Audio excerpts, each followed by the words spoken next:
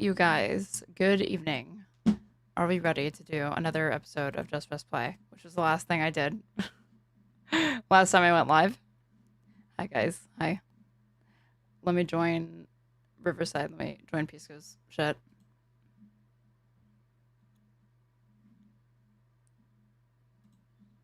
Okay.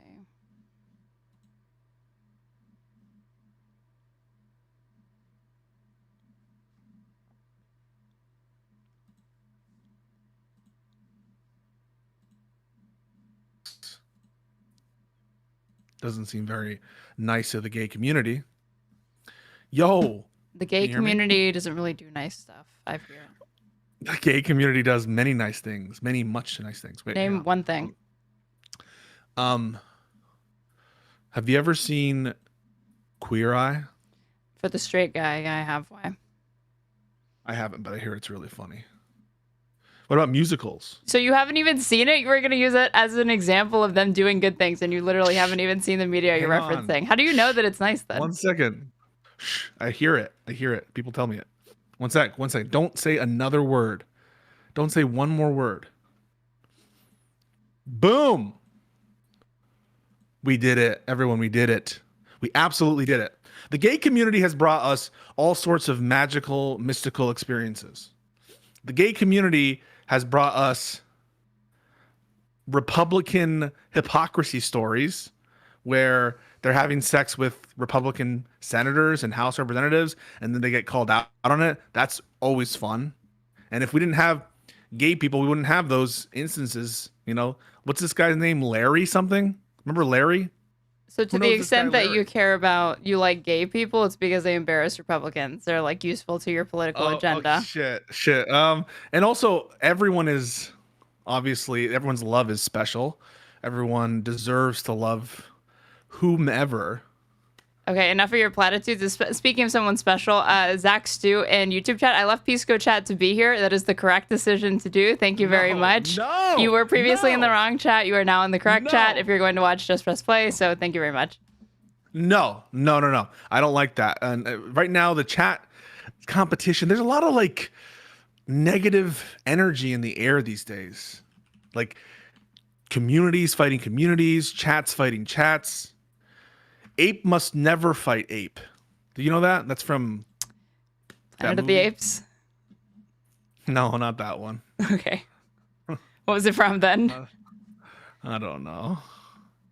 Maybe World of the Planet of the Apes or Rise of the Planet. Oh, so I got the franchise right, but I got the exact movie that it's in wrong or whatever. It's in the sequel from the reboot, as far as I know. But isn't it in most of them? Ape must never fight ape. I don't know what it is, but there's a lot of rivalries, and I don't know if it's very healthy these days. Ape must never fight ape. Straight man must never comb hair after getting out of shower. This is the new style. Did you know that? Like it's called not doing it. Yeah, the same way bald is a hairstyle. Sure. Stop trying to do this. Stop trying to, because you're all superficial. That's a problem with you people. I didn't mean it like that. You people. Who, women, gays? Who are we calling out here? You're gay? Are you coming out? I mean, like I'm queer, like I'm pan or whatever. But of course, you know, depending on who you say to, it's not real. It's not a real thing. Okay, I literally was just, before you even got that out, I said to some people, it's not real. See, you say you care about gay people, and yet you're participating in bi pan erasure. What an ally. I won't participate in bi erasure, but I may participate in pan erasure. Oh wait, there's more than two genders, so how can it be bi?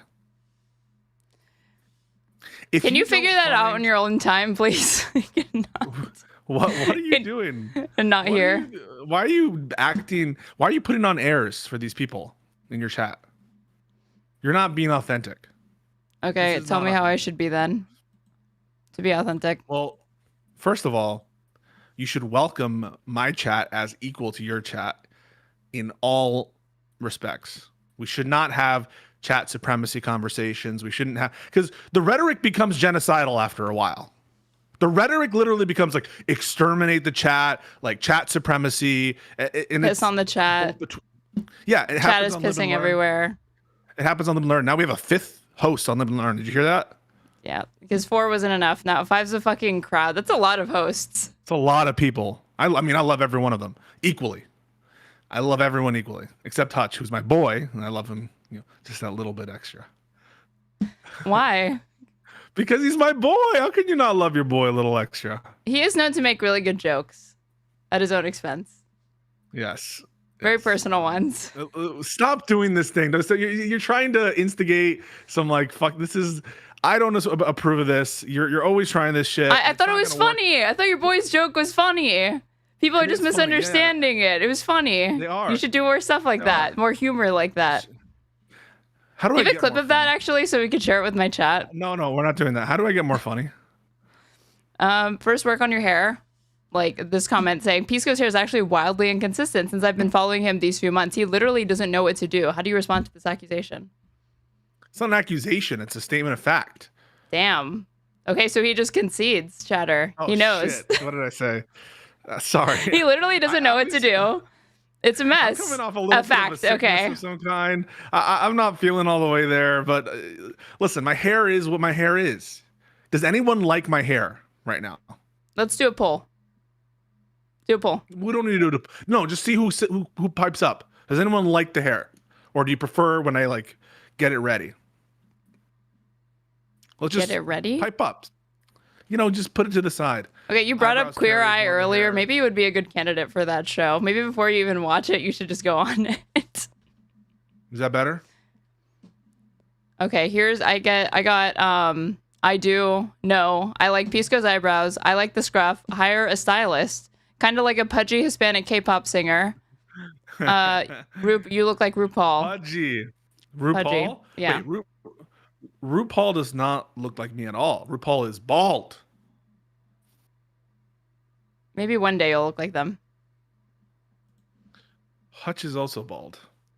That's a choice, I hear. What do you mean you hear? That he did that on purpose. This, by the way, there are people who are experts in bald exposing. They expose people who are going bald a little bit, or they try to get you in the wrong angle to be like, bald. Where's this bald police? This is kind of why men are turning to the right. Men are being ostracized and marginalized by this kind of impossible to achieve standard. Good. Of masculine. I support it. Correct. Support what? I support men being ostracized. I support men feeling terrible about themselves. I support people watching to make sure they're going bald. I support people monitoring if they have gone on finasteride. This is all good to me. Because you know what I was told? Democrats have a lot more women, so it doesn't fucking matter if we don't get these men. So I take comfort in that. In my chat. Tom Foolery shows in my chat. I have to say about Tom's stream, one of the fairest streams I've ever seen. He gets every angle of the issue. Even if that angle is preposterous, he'll get it. You're just mad that you're not a linguist, dude. You're just mad that you don't have his linguistic bona fides. He's a linguist? Yes, he is. Ask him. He told me today he was a convict. Those are not mutually exclusive. How many convicted linguists are there? You have one in your chat. And even if there's not very many, that only makes it more miraculous that Tom is. He also said he managed a restaurant. He also said he invented mobile detailing. He's also the inventor of the Big Boy sandwich, which you should ask him about. What's the Big Boy You're sandwich? So behind on the tomfoolery lore. It's really embarrassing, honestly. And I really just think that we should get to has lore. Donald Trump's big gay government, which is an article that you shared with me. This was my story. I'm a big fan of the gays. Okay. Let me share it. I have to do this shit on Riverside. I'm still not used to this. Yeah, you'll get used to it. Stop complaining. Yeah, that's your job, isn't it? Tom says, I was convicted of linguistics. Epic. Do you talk about your conviction? Often. The one time I went on his stream, he did. So. He goes, illegal immigrants aren't allowed to work at McDonald's. I'm like, what, Tom? What are you talking about? He goes, if you're allowed to work here, you should be allowed to stay. I was like, Tom, you sound like a crazy person right now. All right. So this is my story. His story. There are a lot of gay Republicans, believe it or not. And Trump is catering to a certain class of gay authoritarian and inviting them into his administration with gusto. To just give you one example, our Treasury Secretary is currently gay. Can you scroll down? I'm stalling right now, and you're giving me nothing. I had to fuck with a fucking thing. Donald Trump's big gay government on the town with the A gays of Washington, who have never been happier to be out, proud, and Republican. This was published earlier today. And honestly, I should not have to editorialize the article that you sent me. I would have thought that you have already read it, and so you could riff for just 10 seconds. I guess you're not capable of doing that. The whole stream falls apart because I'm messing with my setup for a little bit. Usually you read it. You read it. Okay, shut it. Shut it. I'm going to read it. It was last Wednesday in July, and many of Washington's top players were hanging out at the Ned, a private club around the corner from the White House. The Secretary of the Navy, John Phelan, was waiting for an elevator in the lobby when he bumped into Dr. Mehmet? How do you say Dr. Oz's first name? Mehmet? I've never heard his first name. The surgeon turned daytime TV star. Now, what was that? Nothing. I'm racist? Isn't Dr. Oz white? Yes. Okay. Dude. Yeah, I'm racist against white people. The surgeon turned daytime TV. Wait, you think Iranians are white? No. I think Iranians are Iranians. They're Aryans. They're what? That's where the name comes from, Aryan. Okay. Can I continue? Yeah. Awesome. The surgeon turned daytime TV star, now in charge of Medicare and Medicaid. Howard Lutnick, the Secretary of Commerce, was bouncing around the library bar upstairs. Scott Bessent. Lots of awesome names. The Secretary of the Treasury was wandering around up there too, sitting in a brown leather armchair in the center of this social whirl. I hate this. They're being homophobic a little bit here too, because they're describing gay guys as wandering and bouncing. You would never describe a straight guy as wandering or bouncing. That's just an exclusively gay verb. You would never describe a black person as white and a white person as black. Who cares? Okay. This is one of those yeah, different things are different. Different things are going to be described differently, you know? Yeah. If my grandma had wheels, she'd be a fucking bicycle. Why are gay people having to be described as wander? Why are they just name dropping? These are prominent members. They're married, Tomato. They're married. This is public information. This is not some outing article. You think I'm just one of these people who wants to put them on blast on a And I'm pretty sure the Times has a history of doing that. So I don't think it's so unreasonable to think. Yeah, they've done that before. Sorry, Tomato. Back in the past. I don't think this is one of them, though. You can carry on, Tomato. Yeah, sitting in a brown leather armchair in the center of this social world was a high-ranking official at the Department of Energy named Charles Moran. His abstruse-sounding title is Associate Administrator for External Affairs for the National Nuclear Security Administration. What this means is that he works in the part of the Energy Department that develops, tests, and keeps safe America's nuclear weapons stockpile. But that's not why the admin officials kept approaching his armchair to schmooze, or why some of the cabinet secretaries at the Ned that night seemed to be so chummy with him. Is this going to lead into an orgy? If it's not, I'm going to be very, very disappointed. No, I just love the kind of adjectives and the flow of it. He's the pasha of a new power tribe in the Capitol, the gay men of the Trump administration. And by the way, I just want to remind everyone, what's Trump's anthem? Trump's anthem, Phantom of the Opera, is, He's played Phantom of the Opera at a lot of different rallies. Or YMCA. What? You're going to do YMCA, aren't you? Okay, there you go. Yeah, which is like a gay swinger song. What? Can a straight man enjoy YMCA? Many have. Yeah, many have. Donald Trump's one of them. True. Mr. Moran, 44, is the pasha of a new power tribe in the Capitol, the gay men of the Trump administration. These are the A gays. They're mostly out. They're proud to work for President Trump. Okay, so mostly. So there is some outing going on in this article. You owe further apologies to your chat. Tomato. But that doesn't mean they're being outed. They're out, they're proud, and they have big jobs. They're inside. Mostly out. Operative word being mostly. You have to read this like a sassy gay, and you're not doing your job.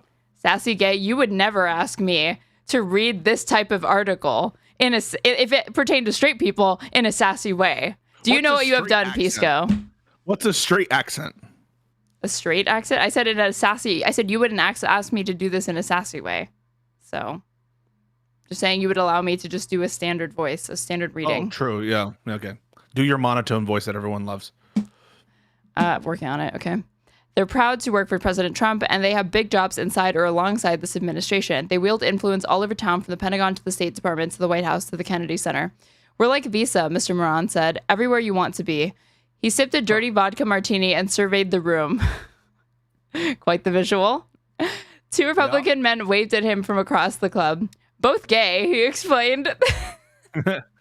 It's amazing. This was also true of the middle-aged Trump appointee who ambled over a moment later to catch up. You would never describe a straight guy as ambling or bouncing or wandering. These are all gay verbs. I think that you're kind of just outing yourself as having a limited vocabulary if you think that these would only pertain to this article or are not used frequently. Has been used to refer to yesterday in another article that I was reading in the New York Times that was about straight people. Owned. But apparently not so of the young. It's irrelevant. But apparently not so of the young-looking White House aide who approached a few minutes after that. Straight as an arrow, Mr. Moran said as the aide walked away. He laughed and added, I hang out with my straights just as easily as I hang out with my gays. Okay, so do you want to read that and do it in like a lispy queer accent? No. It only works if you do it. Why? I disagree. I think you should give it a shot. Since you're the one that really, really wants this to be presented with the theatricality it demands, since it pertains to quear people. Theatricality and deception. Powerful agents. I said, let's be queer. I did not say Bane. But we are initiated, aren't we, Bruce? Members of the League of Shadows. Okay, if anybody doubted that Pisco is straight, his insistence on doing Batman impressions should really confirm to you, really bad Batman impressions. No, that was great. Should confirm to you that, he's theatricality and deception. That's good. See, that's good. Okay. You just got to talk into your water. Anyway, the most powerful out gay man in the Trump administration is Mr. Besant. There are a handful of others in the Treasury Department. Other A gays include Tony Fabrizio. It's also Italian POC representation. It's beautiful to see. We love it. Hey, Vito. Vito, from the fucking thing. You know the Vito. If you know, you know. The president's longtime pollster, Trent Morris, a departing deputy assistant to the president, Richard Grinnell, who was put in charge of the Kennedy Center, and Jacob Hellberg, an undersecretary of state. These are just some. There are lots of other lesser-known men who make up the tribe. They're overwhelmingly... Can I read next? Can you popcorn to me? I haven't gotten a chance to read it all. Go forth. They're overwhelmingly white and tend to have a certain kind of look. Close-cropped haircuts, window-pane suits, golf shorts. They're not the type to be telling anyone their pronouns or using the word, quote, queer. And they aren't the least bit offended that the leader of their party continues to stoke a moral panic about transgender people. Get your mind out of the fucking gutter. Jesus Christ, we do one article that centers gay people, and all of a sudden you're just reading all of this hypersexual innuendo into it. You cannot help it. I'm not. I thought you were an ally.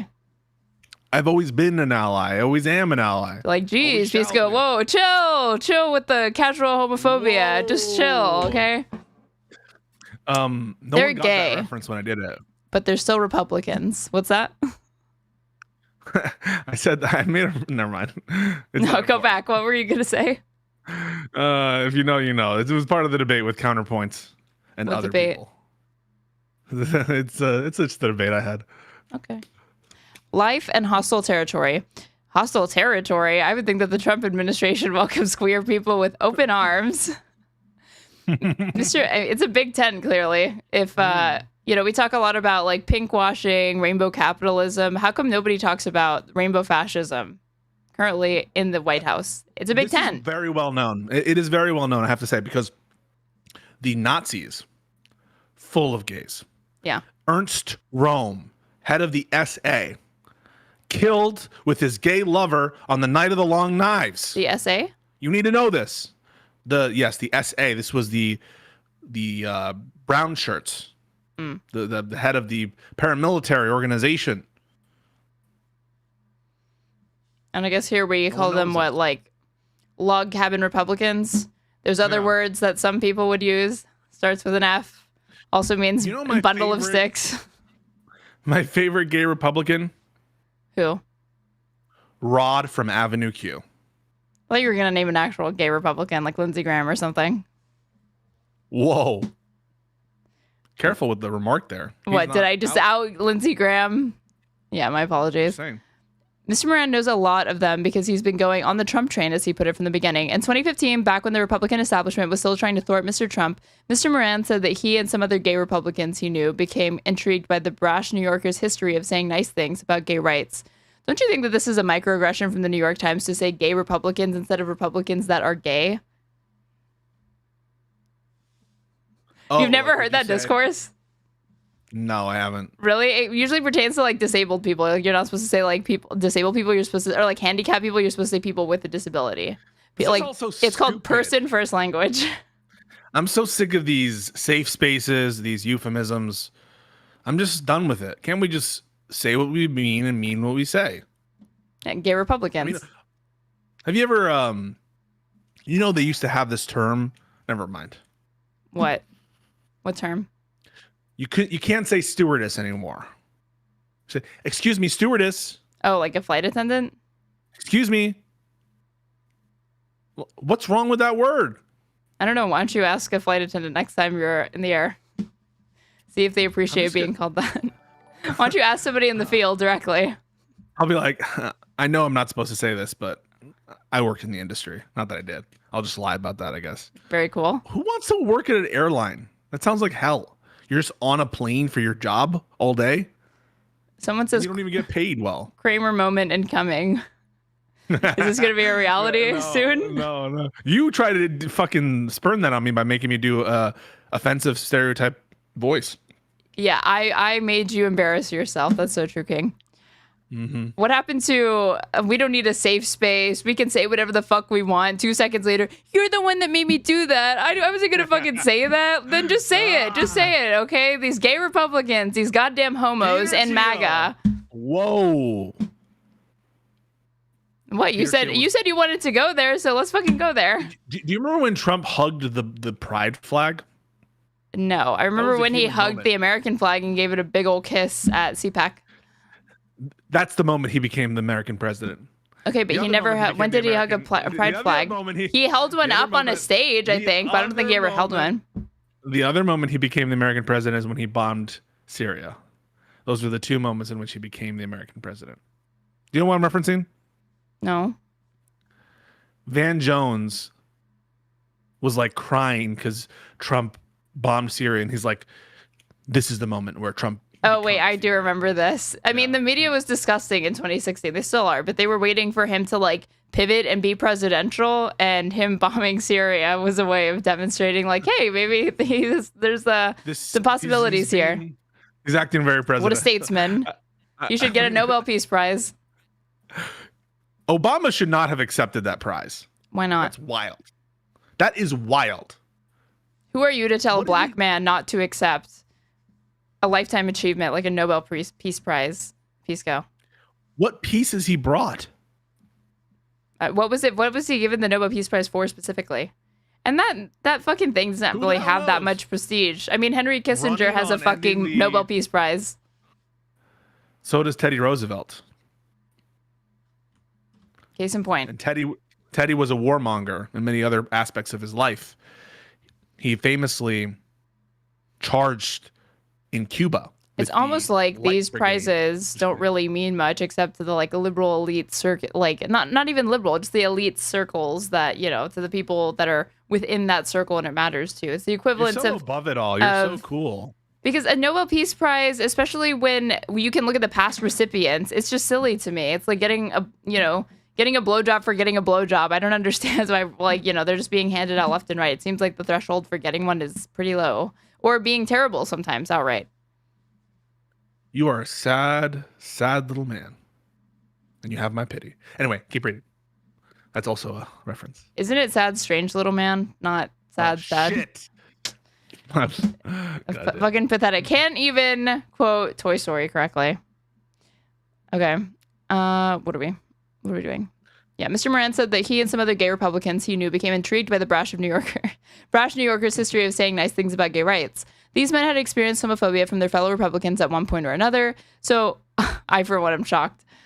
So they saw Mr. Trump's ascendance as something new, especially after the 2016 RNC when Peter Thiel was given a primetime speaking slot and used it to endorse Mr. Trump, saying, "I am proud to be gay. I am proud to be a Republican. But most of all, I am proud to be an American.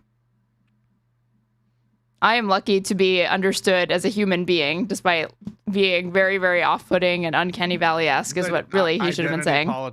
Identity politics. I mean, they're great at cynically weaponizing this shit. The Democrats should take notes. Very true. Mr. Moran was in the front row when that happened. He recalled bracing for boos or a walkout and said there was big applause, and he ended up helping out all three of Mr. Trump's campaigns. Along the way, he met the various members of the Trump family, all of whom he treated him with the respect that couldn't always be expected from Republican power brokers of the past, he said. I mean, his whole outlook, his rules were heavily influenced by Roy Cohn, well-known gay man. Sorry, Roger Stone told me that he was not gay. He was a man who had sex with men. Difference. What's the difference? That's an actual designation. You know that clip where it's like, I don't have relationships with men, or I have relationships with women. I have sex with men. And then someone, I think is it Ice Cube? He's like, I got news for you. That means you're gay. You know what I'm talking about? No. You don't even seem to know what you're talking about. You can't even reference what it is. It's some kind of show. The Wire? Oh, it is a designation. MSM. Engage in sexual activity with other men regardless of their sexual orientation or identity. This was created by epidemiologists in the 90s to better study and communicate the spread of STIs such as HIV and AIDS between all sexually active males, not strictly those identifying as gay, bisexual, pan, or various other sexualities, but also, for example, male prostitutes. The term is often used in medical literature and social research to describe such men as a group. It does not describe any specific kind of sexual activity, and which activities are covered by the term depends on context. The alternative term, males who have sex with males, is sometimes considered more accurate in cases where those described may not be legal adults. And I remember that, let's see, Roy, if I search Roy Cohn. Yep. There's a point, I think in here, they talk about like his sexuality. If I put like Roger Stone. Just search gay. Here. In a 2008 article published in The New Yorker, Jeffrey Toobin quotes Cohn associate Roger Stone. Roy was not gay. He was a man who liked having sex with men. Gays were weak, effeminate. He always seemed to have these young blonde boys around. It just wasn't discussed. He was interested in power and access. Very interesting. What do you think about that? I think it's massive, massive cope, and I don't understand. Well, I do understand. So, you know, the sexual pathologies of MAGA, the right in general, forbids them from being able to just contend with the fact that, yes, some men among their ranks, it is possible for them to be gay and, you know, effeminate, and yet nonetheless still on the same page as you with respect to, like, what? Putting what's her name in the electric chair? I don't understand the big hang up. The Rosenberg. Correct. So let me correct what I just said. Trump's advisor, you know, his inspiration wasn't a gay man. It was a man who had sex with young blondes, according to Rogers. What's next? Birthing persons? Crazy times we're living in. First, it was men who have sex with men. Next, it'll be birthing people. You know, never call Anna a birthing person. Now she's told me she doesn't want to be called that, and she hasn't told me specifically. She just sort of told the universe. She told purveyors of her X account. Yes. Yeah. So she didn't like that. So I would never like go to her take if we were to be invited. And by the way, we should at some point try to make that happen, right? Yeah. But if we did, I think we would be absolutely upholding the highest standard of decorum. We wouldn't bring up birthing person. We wouldn't Speak for yourself. You would call her a birthing person? No. On the way out or on the way in? As necessary, as needed. Tactical invocation of birthing people will be occurring, most likely. But when it's going to happen, I can't say. You know? Okay. Got to keep them guessing. There were some gay appointees during the first Trump administration, but it wasn't like now. Mr. Trump initially arrived in Washington as a true outsider. He had to draw from the disparate parts of the old GOP he had vanquished in order to staff his government. This time around, he had his own establishment. As it turns out that the MAGA establishment, has a lot more openly gay men than the Republican establishment than came before it. I do like that they specify more openly gay men, not that it's actually populated with any more gay men. That there's probably far more gay Republicans than we realize. They just don't talk about it. Yeah, many of the major Republican influencers are themselves gay. Milo Yiannopoulos, Nick Fuentes, Benny Johnson, Trump himself. Benny Johnson gay? Well, I think this is according to Kyle Kulinski. So I'm hearing it from Kyle Kulinski, who said on one of his videos that Benny Johnson was like, hey, what are with all these like gay cruising ads that I'm getting? Are they trying to push an agenda? Like not knowing that. So your citation for someone's sexuality is Kyle Kulinski. Kyle Kulinski. I do like that, yeah. Yeah. He would know. Kulinski. Whoa. I can message Kyle and let him know you said that. That wasn't me saying that Kyle is gay. It was me saying that Kyle's in the fucking know. No, because Kyle's a newscaster, commentary guy. He would know. That's what you meant. Nice save. Nice save. The Babylon Bee guy said that, like, I don't know what happened. Somebody was found on Grindr. Maybe it was like Jack Posobiec or something like that. And the Babylon Bee guy is like, this is what libs always do to us. They just sign us up for these like gay, like dating apps or whatever to embarrass us. You know, I thought that was interesting. Perhaps gave some arguments. You know, I mean, some insight into, you know, arguments he might have had with his wife. Why do you have this Grindr? Why do you have Grindr on your phone? And he was like, the libs did it. Someone came and downloaded it. Not just someone. The libs put me on it. Yeah. And then someone liked all of these pictures of gay men, so I got recommended gay cruising ads. Someone did this as a prank.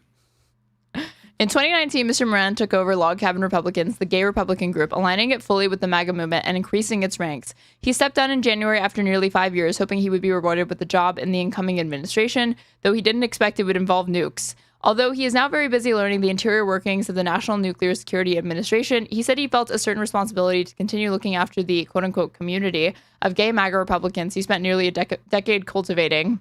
One might say grooming. These verbs are incredibly problematic. Okay.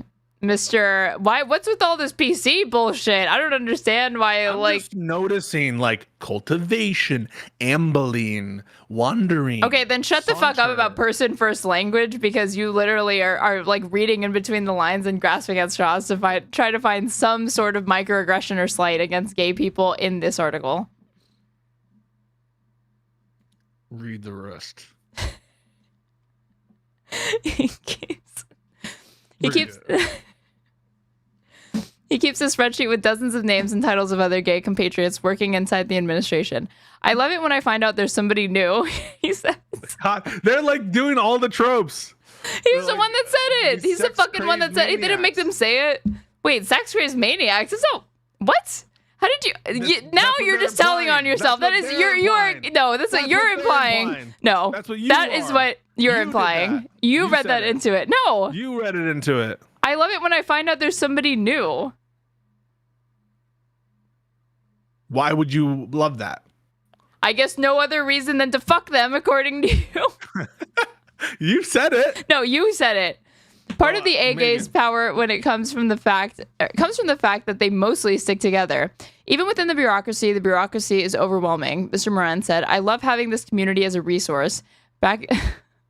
Love my gay squad to like help me understand like the bureaucracy of like the nuclear administration better. Back in the day, these groups had to be closed off and hidden, but now we use it as a tool. Just the other day, he recalled a gay acquaintance of his was trying to figure out who in the government. This is some like, how many gays does it take to like set off the nukes? Can I ask you, do you feel any kind of way about a bunch of sassy gays being in charge of our nukes? Love it. Are you cool with it? Love it. They're girl bossing it up. Yes. How do you feel about it? I feel like these kind of gays, that is to say, MAGA gays, MAGA gays, right? Immediate clarification. Wouldn't want to, offend anybody. They might be the class of human being that hates women the most. Do you find that is true? I don't think anybody's ever going to outclass straight men or cisgender men when it comes to that. They are, Number one by far. They win the Olympic medal. I mean, I think this is a case. Time. I don't think it's not even close. I mean, you think that they're not even like a distant second. I think that to the extent that you're reading that wrong, it's like some people are so far behind that they actually think they're leading, and that's what you're doing with like gay people as far as like misogyny. Gay Republicans are more venomous with their sexism. They like legit say shit that terrify me. And these make me think scheming gays, I've been correct. I'm not saying all. I'm just saying this kind of very tedious elite MAGA gay. That's all I'm saying. And you know what? The elite gay MAGA super soldier. I shouldn't have said that. I retract it. That was wrong. I surrender. Can't spell Pisco without PC. Is that a comment? You got to tell me when it's a comment. Why? You can't pass off chat's jokes as your own. That's appropriating the means of production of the masses. You always credit your chatters anytime you say something from them. I always do. Always would. That's of course. Yeah. This is Mr. Liberal Surrender Hand. So of course. That's their property. I'm not gonna steal their property. You wouldn't steal a fucking limousine. Okay. Why go there? I mean, you wouldn't steal. This is like I think that's not like a saying. You wouldn't steal a house. You wouldn't steal a car. You wouldn't steal. This is a thing. It's okay, now you're just reading off that like anti-piracy ad that made piracy increase. I'm not reading off anything. I'm not. My hands are right here. You think I Googled anti-piracy thing to read off of it? Anyway. And don't say remembering is reading off. I was not going to say that. He called and was like, hey, do we have somebody at such and such agency? They had somebody. They had a gay acquaintance. They had the gay acquaintance hook them up. But there is kind of a paradox about these men's existence in Washington. They live in the gayest city in America, which is also pretty much the most Trump-hating city in America. The gay men who work for him here are keenly aware. Oh, Washington, my bad. Yeah. The gay men who work from here are keenly aware that they're in hostile territory, surrounded by other gay men who consider them self-deluded traitors or worse. At gay bars around town and on dating apps, they're either iced out or confronted about the things his president has said and done. He cut AIDS relief around the world and HIV vaccine research and funding for LGBTQ suicide prevention services. He called drag shows anti-American. His defense secretary announced during Pride Month the Navy vessel named after Harvey Milk would be renamed. Perhaps most worrying for many gay people is how conservative the Supreme Court has become now thanks to Mr. Trump. Could same-sex marriage go the way of Roe? It's not out of the question. And we covered before the attempt to bring this before the Supreme Court, and it hasn't been granted. But Super Chat, thank you so much. Pisco, 5 years from now. Okay, guys, I was just starting out. Your jokes are mine. I don't care. I would never appropriate your jokes, to be clear. But yeah, we covered the, what's her name? Kelly something? Kim Iverson. Kim? Right. Kim. I think Kim Iverson, that like RT journalist.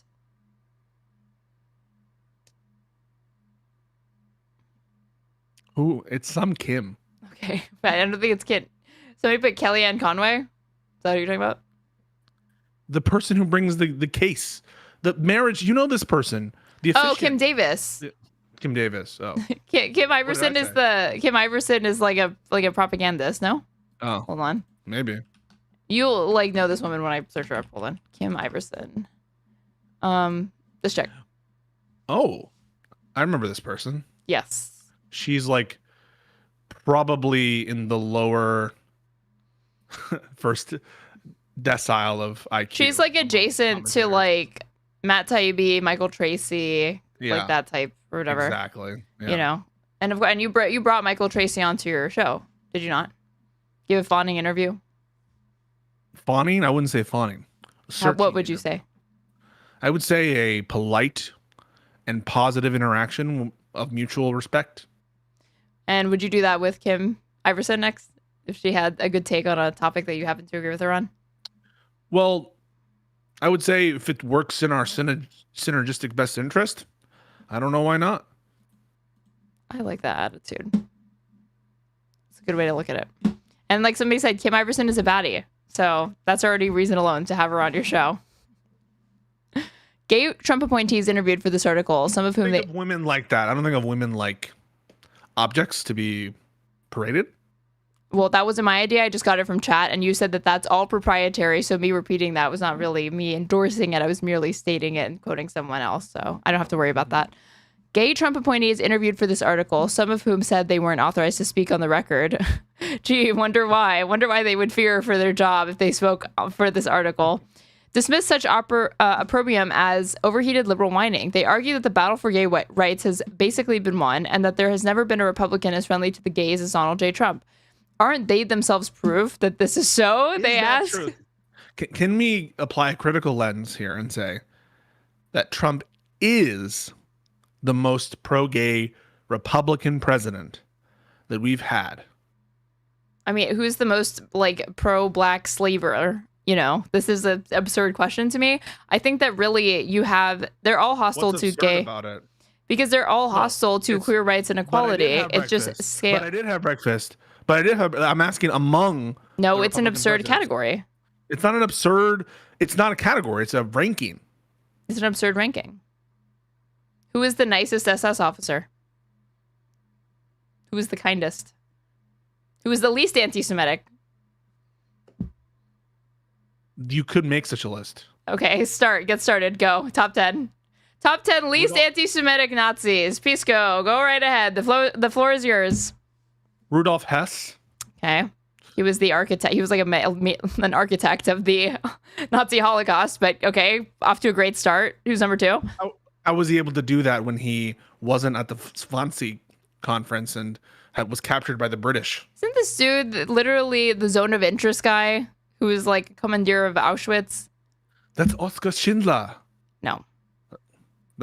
He was a member of the Nazi Party. Yeah. Why didn't you start with him? Why did you start with an actual? Why did you start? I don't know. Okay. Continue though. Okay. You're doing really, really well. It's not Martin Bormann. Who's Hitler's architect? It's not Martin Bormann. It's This is your subject. This is your ranking. This is your area of expertise. Himmler? I have somebody volunteering from chat. No. Himmler is the head of the SS. So delete that person from your chat. That person is a provocateur. Goebbels? No, Goebbels is the propaganda minister. I want the architect. His literal architect. No. But I mean, really, what we're still ranking like the least anti-Semitic Nazis. Albert Speer. He apologized, I think. No. I kill the bus driver. Bus driver? So he apologized? What? I think he did. For what? You just said that confidently and I pushed you on it and you immediately backed off of it. So what did he apologize for exactly? And what does that absolve? For all the things he did. He helped Hitler build stuff. Well, anti-Semitism gone on a fucking stretcher. I can he probably left his body the second that he said that. So now answer, among Republicans, do you think that Donald Trump is, among the Republican leaders, presidents here I'm talking about, the most pro-gay? I don't think so, no. And it really is hard for me to disaggregate that. Like, if we're solely looking at gay rights just for literally homosexual Americans, maybe there's some case to be made, but he is so hostile to trans people. And I'm looking generally at LGBTQ plus, all of that I don't see it as meaningful, that maybe he's been sort of indifferent towards gay people, but with his hostility towards trans people, I think just puts him in a different category. I want to make a point here. Under-inclusiveness is definitely a problem. That is lack of tolerance for a group that should be tolerated. But sometimes I think over-inclusiveness is a problem. When we use the term gay to now mean everything that is LGBTQI+, it's an over-inclusiveness problem. Similar to the term Native American. I've heard that some tribes prefer to be called Indians, American Indians, because it refers to a specific subset that has a shared common history in the continental United States. And similar, I don't know that we can just use the term gay and pretend as though the experiences are translatable uniformly across LGBTQ. No one's pretending. Straw man. Well, I just thought that needed to be said. And are you outing yourself as a trans exclusionary gay ally right now? No, I think both should be included in anything we say. But in separate discussions. Separate but equal, one might say. You should not conflate them. No one is conflating them. Well, I mean, someone could get the impression that you just were. They'd be an idiot. Seemed like you had that impression briefly. Are you an idiot? Well, it's called the precautionary principle. I didn't want anyone, including idiots, to get that wrong impression. Regardless. Precautionary principle. That's a cute way to frame being overly defensive. Did you just think of that right now, or that's like some actual thing that exists? It's something that someone said sometime. They call all of us gay. This is also true. Do you think that this distinction is something that really, really matters to any of the people that are surrounding these gay MAGA Republicans? You know, they're all F-slurs in their mind. So to me, we should not contribute to that by erasing the beautiful different shades of the rainbow. I'm not erasing. I'm arguing for it to be included in the conversation about like how hostile a president is to gay Americans. Your use of terms implies otherwise. I think your interpretation is completely fucked and completely disagree, but we can agree to disagree. I don't know what people mean by that. We agree to disagree. It means we're not hashing this out right now. Waste of time. Waste of air. You know what was a waste of air? You.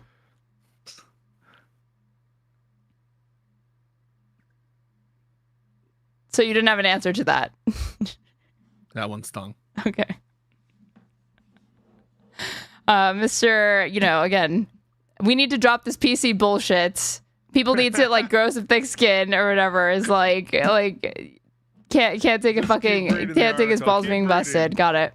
I love the gays. There have always been gay men in power in Washington, but they were rarely open about it. The plot of the most famous novel ever written about this place, Advise and Consent, revolves around a gay senator who got blackmailed. A few years ago, a Washington journalist named James Kerchick published Secret City, The Hidden History of Gay Washington, a sprawling definitive history on the subject. Being gay was the worst thing you could be in American politics, Mr. Kerchick said one recent afternoon over lunch at the Bombay Club, the Clinton-era power lunch spot across the street from the White House. He recalled a famous quote about... Don't ask, don't tell. Clinton. Yes, but what was the alternative to that? Tell and get your ass fired. Okay, so do you think that, like, given where attitudes were in the country, it would have been feasible for him to push it any further than he did? Yeah. Do you feel this way with Obama as well? Who wasn't openly in support of gay rights until the polling passed 50%? He was being strategic. Okay, but Bill Clinton's not being strategic. It's in the eyes. The eyes tell it all. You just don't like Bill Clinton.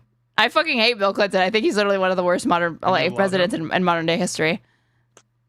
But I do think that you're pulling out a different, metric for him because you don't want to give him any credit. I give him credit for stuff. The man got some shit done. He bombed places that needed to be bombed, some places that didn't need to be bombed. And when Care to name any? When he bombed that medicine facility in, where was it? Algeria, Libya, one of those countries in that region of the world. Where was it? Someone tell me which was the facility making the medicine that he bombed. Someone tell it before. Aaron calls me out and says that's fake. That never happened, but he definitely did bomb a medical facility or someone making drugs. Just give me the answer as fast as you can. Google it and just let me know what it is, and then we'll get to it. And then I'll win. Any day now. No, it's not Moravia. It's not a real place. I'll get it. Jordan 4. Jordan 4. Why is they coloring blue? What? I'm going to talk to I love how I referenced the movie, but you just referenced the Drew Pavlou debate.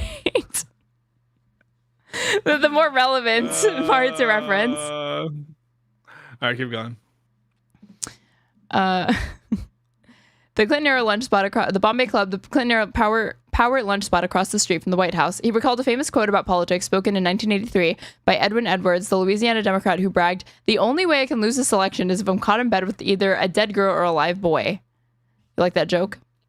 During the Clinton administration, the U.S. bombed the Al-Shifa pharmaceutical factory in Sudan in 1998, and as part of a wider NATO campaign in 1999, damaged or destroyed several hospitals in Serbia. Someone in my chat instantly, when you were like spacing out, said Sudan, but I don't want to see it, just to see how long it would take for anybody in your chat to volunteer the correct answer. Straighterade call him out from getting all of his Clinton opinions from the Hitchens book. Ooh, is this true? Did you get it all from No One Left to Lie To? No, not at all true. No, I don't like Clinton for Ira. I don't think Hitchens talks about Ira in that book. I don't like Clinton for Hitchens uses very, very little to launch his polemics. I'll be honest. Hitchens uses very, very little to launch his polemics.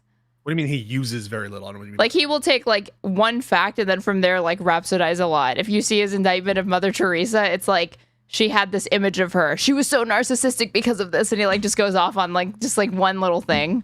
Did I bring up Mother Teresa? I'm just saying, Mike Clinton. No, I'm saying you're asking for an example of when Hitchens did that. I literally gave an example, and then you just said, was I talking about Mother Teresa? I'm sorry, is your brain okay? Why did you just say, did I bring up Mother Teresa? You asked me to do it. I didn't ask for anything. There's a stroke happening right now. You need to unpin the PBD one. You're going to clip this moment and you're going to upload that instead, and you're going to pin that as the stroke of the week. No one's going to get it. No one's going to get it. You're losing this. You're trying to gaslight me. It's not working. My whole audience they're onto you. They know what you're about. Yeah, communism. Mr. Kerchik, 41, said one way to see how much these things have changed in recent years was to look at what things were like under the most recent Republican president before Mr. Trump, George W. Bush. There were high-ranking gay people in that administration, but they had to be very discreet about it, he said. Unlike us, that, again, have to contribute to this article anonymously for fear of professional retribution. It was tough, and there was a lot of outing at the time. What did outing lead to? And who was more likely to be the perpetrator of any... Craig, that was his name. Larry Craig. He went to a bathroom, and his whole career was ruined because he tried to pick up a male prostitute in a bathroom at an airport. Just a guy trying to be a dude. It was a cop. He's like, I have a wide stance. And then he pleaded guilty. Wide stance? He pleaded guilty. Yeah. What was that supposed to be in defense of, or like explain, or what? I'm told, male prostitute solicitation circles. You don't know. So you don't know this from personal experience? No. If you did, would you be ashamed? You wouldn't be proud? Well, I think hiring a male escort for oral sex at an airport bathroom isn't exactly in keeping with our highest moral ideals, Aaron. I don't know. Do you? Yeah. And lawyers are definitely always trying to keep in line with higher moral ideas. They are just a superior class of people. Don't you agree? I think lawyers are the scum of the earth. That includes you, right? Yeah, it does. I didn't want to talk about that. Then agree. So continue casting judgment upon this person that, solicited a prostitute at an airport or something. He was a hypocrite. He was pushing anti-gay legislation. He was the biggest hypocrite of them all. And then he pleaded guilty to trying to, So the hypocrisy is the issue. You're literally doing the Bill Burr thing where... What's the Bill Burr thing? They're like, the biggest thing that gets me about the Catholic Church scandal is just the fucking hypocrisy. And he was like, really? Not the abuse of children? Well, I mean, if you're just like an out gay guy who's not pushing for problematic legislation. So you don't think that there's a victim involved in sex work or prostitution? So in that exchange, that was completely above board. I'll never categorically say one way or the other. There are some people. I'm not asking you to. I'm saying in this specific circumstance. There are some feminists who think that there is. Well, I don't really care about some feminist opinion. I care about this feminist's opinion. Power hierarchy engaged in the mere act of sex alone. And he's engaging some aspect of problematic sex. Okay, but I don't want Andrea Dworkin's opinion. I want Pisco Liddy's opinion. So. Yeah, well, who's to say? On some days, I think that there's You are the biggest fucking weasel I have ever fucking met. Jesus Christ, you really, really are proving in real time why lawyers are the fucking scum of the earth. Why don't you adopt a controversial position? Are you okay with communist or not? I'm fine with it. You think you should be able to pick up a gay hooker in an airport bathroom, even if you're a Republican senator pushing for anti-gay legislation? Yep. Does the law suddenly not apply to hypocrites? Because at that point, then the law doesn't protect anybody. I don't know. I just think that's maybe a little bad. I don't know. Maybe I think that's a little bad. Call me. So if you're homophobic, that the law should not apply to you. It should apply to you in a different way. You shouldn't be able to have gay sex if you're homophobic. Says Pisco.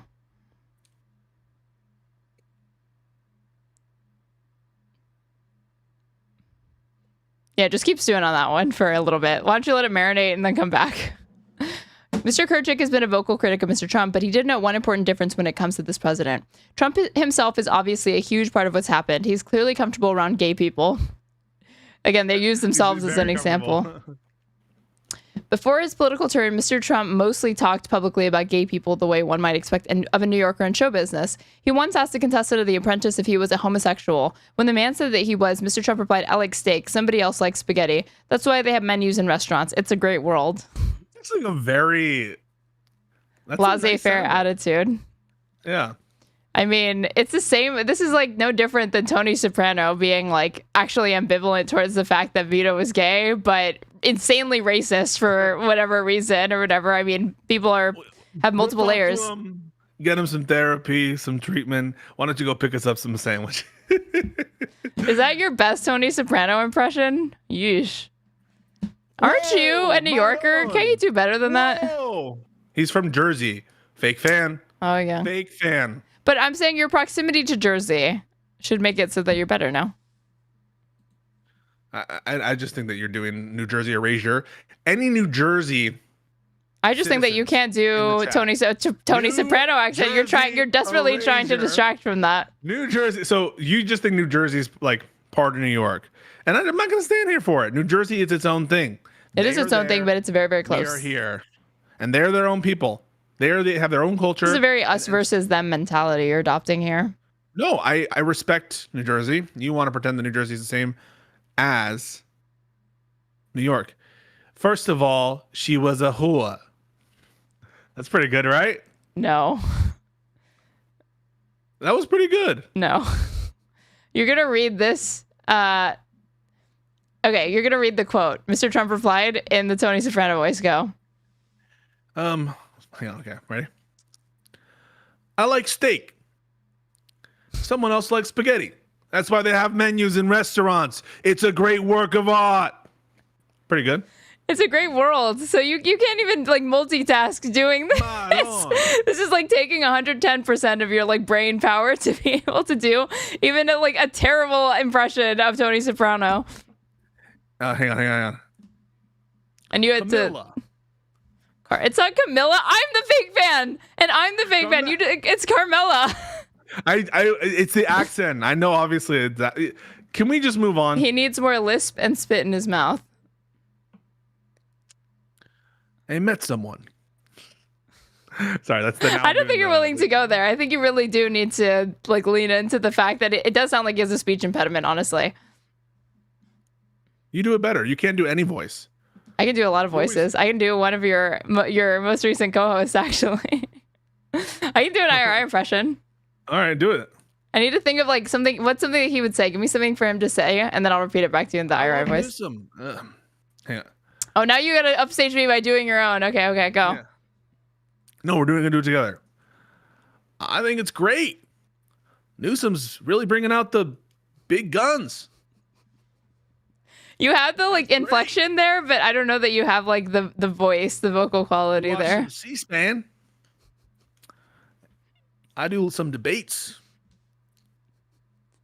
You're getting further and further from it. I think you're overthinking it. You're overthinking it. Yeah. You do it. Okay, so wait a minute.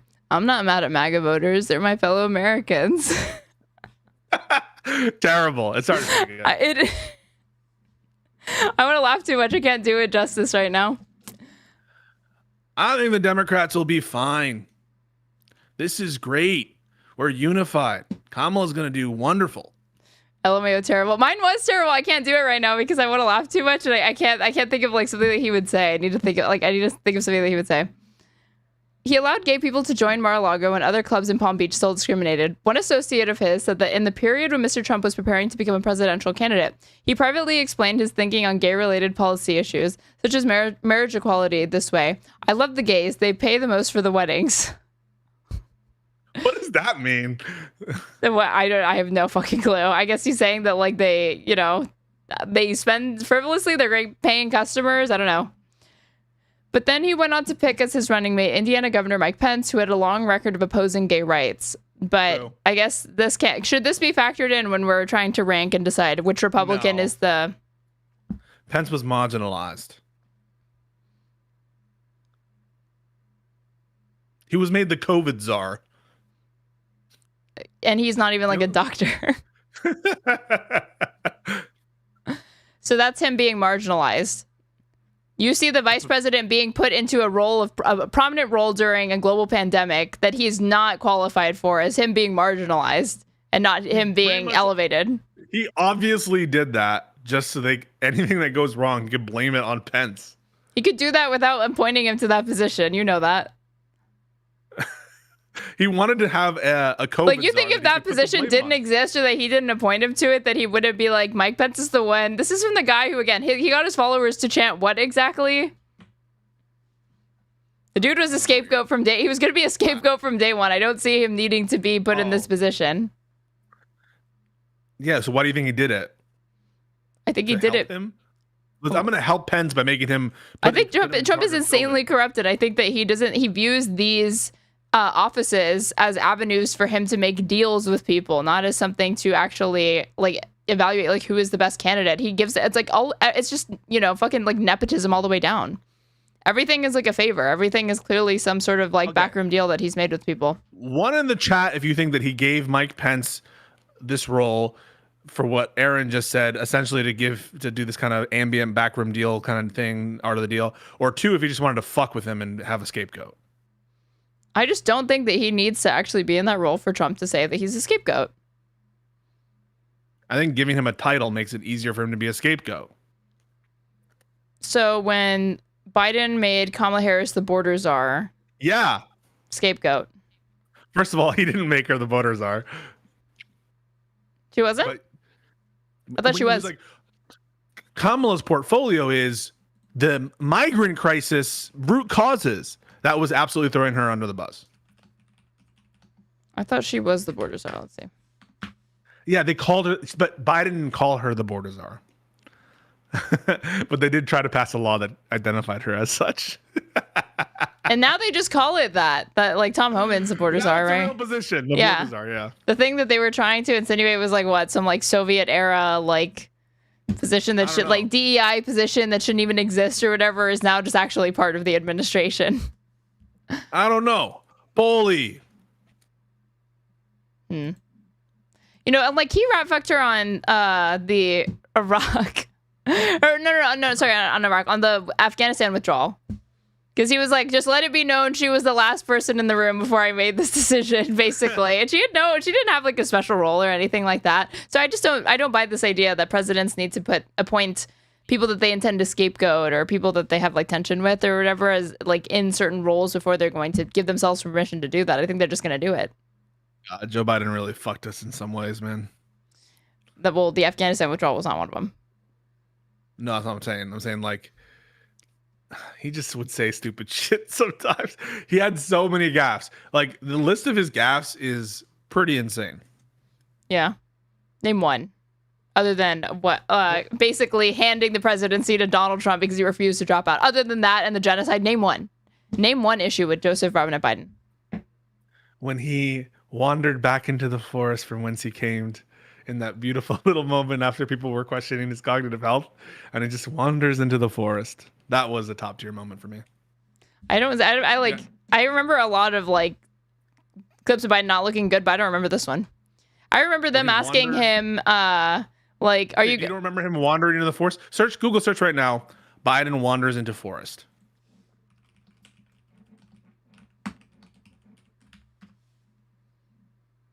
Biden wanders into Amazon jungle after remarks. I'm hoping this is going to be it. Amazon is the lungs of the world. But in my view, our forests and national wonders are the heart and soul of the world. I'm not going to speed it up so we can get the real impression. They unite us. They inspire us. They make us proud of our countries and heritage. A bridge to the past and to our future. That's a president, A man. birthright we pass down from generation to generation. The Amazon rainforest was built up over 50 million years. 50 million years. Sorry. History is literally watching us now. This is like cracking you up. So let's preserve this secret place. He was like the most powerful man in the free world not that long ago. Listen, I love Biden. He was hilarious. He was a great president. That said, he had some difficulties. This is the most heat I've ever seen you cast on Joe Biden. Ever, like the last time yes. I tried to get you to insult him or like give a criticism last episode. You wouldn't do it. What are you talking about? I said he had impeachable pardons. Guys, by the way, these communists are never satisfied. You give an actual genuine position like Biden did impeachable stuff. He closed the border illegally and they don't listen. They're like, oh, you just, are totally. We were talking about, it was in the context of us talking about the president's, the people who were they chose to be. What, you want to relitigate what we talked about before? Yeah, actually, the people who were the recipients of the Presidential Medal of Freedom, and I said something about like a stupid pic, and I was like, he also did this and like did a genocide, and you were like, whoa, now you like wanted me to back off or like couch the criticism in some way, and then you said you love Joe Biden. I support Joe. Genocide Joe. I support my good friend Joe. Time and forever.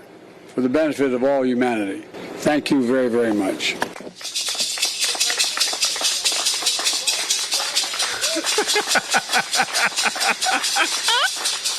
are you going?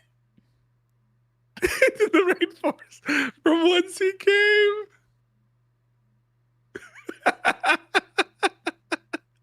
I thought he was asked a question and would ignore it and just go into the fucking jungle. That's what you made it sound like. He's about to be like attacked by a saber-toothed tiger. Okay. But then he went on to pick Mike Pence, long record of opposing gay rights. Then there was the fact that the political base Mr. Trump had cobbled together, and he then needed to mollify, including many gay-hating constituencies. He would have never made it without evangelicals. Once he got into office, he barred trans people from the military. His most recent campaign for president pumped out videos ridiculing gay people in the military. He recently mocked Pete Buttigieg's same-sex marriage. What did he say? Let's see. I don't know. I don't track all this stuff. The Vanguard made fun of him because he was gay. What'd they say? Someone said that. I don't know. Okay, so you're literally just repeating hearsay. Some snarker in one of my different platforms said that. And you took them at their word. You didn't actually verify it. Do you like when people just take their own chats at their word as far as characterizing you? Is that usually accurate in your experience? Who do you think you are? I'm just asking a question. Husband on the back? Trump takes not subtle jab at Pete Buttigieg being gay, bikes to work with his husband on the back. What does that even mean? Let's see. So he was asked a question. In his response, Trump attacked the previous administration. Okay, let's see. Okay, good. I didn't think it would go right to it, so. Ask you about the air traffic control issue. Are you looking at getting new software? I'm glad you asked me about it because I'm just going to be talking to now the heads of the airlines and everything else.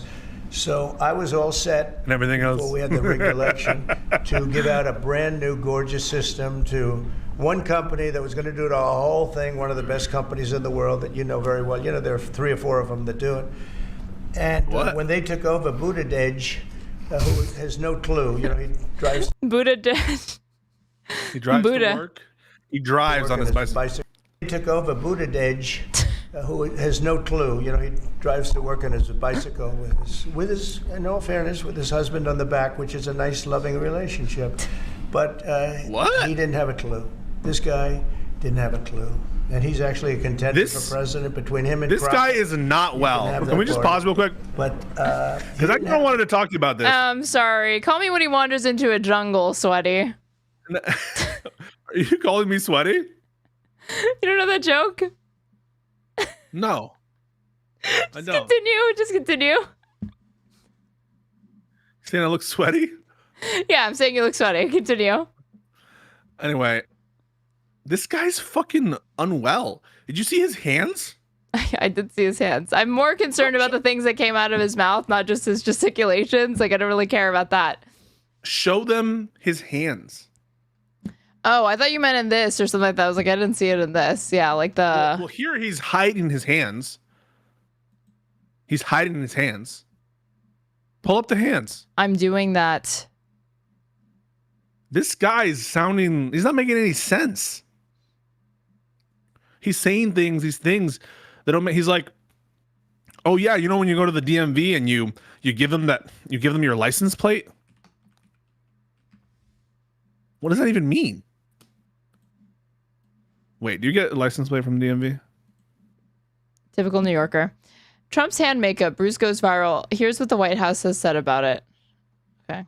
Transparency, the president wanted me to share a note from his... Wait, Caroline. Hold on. So in the effort of transparency, many in the media have been speculating about bruising on the president's hand and also swelling in the president's legs. So in the effort of transparency, the president wanted me to share a note from his physician with all of you today. Look at those ankles. Wait, this isn't even the recent stuff. Okay, sorry that the USA Today's reporting is not up to your fucking standards.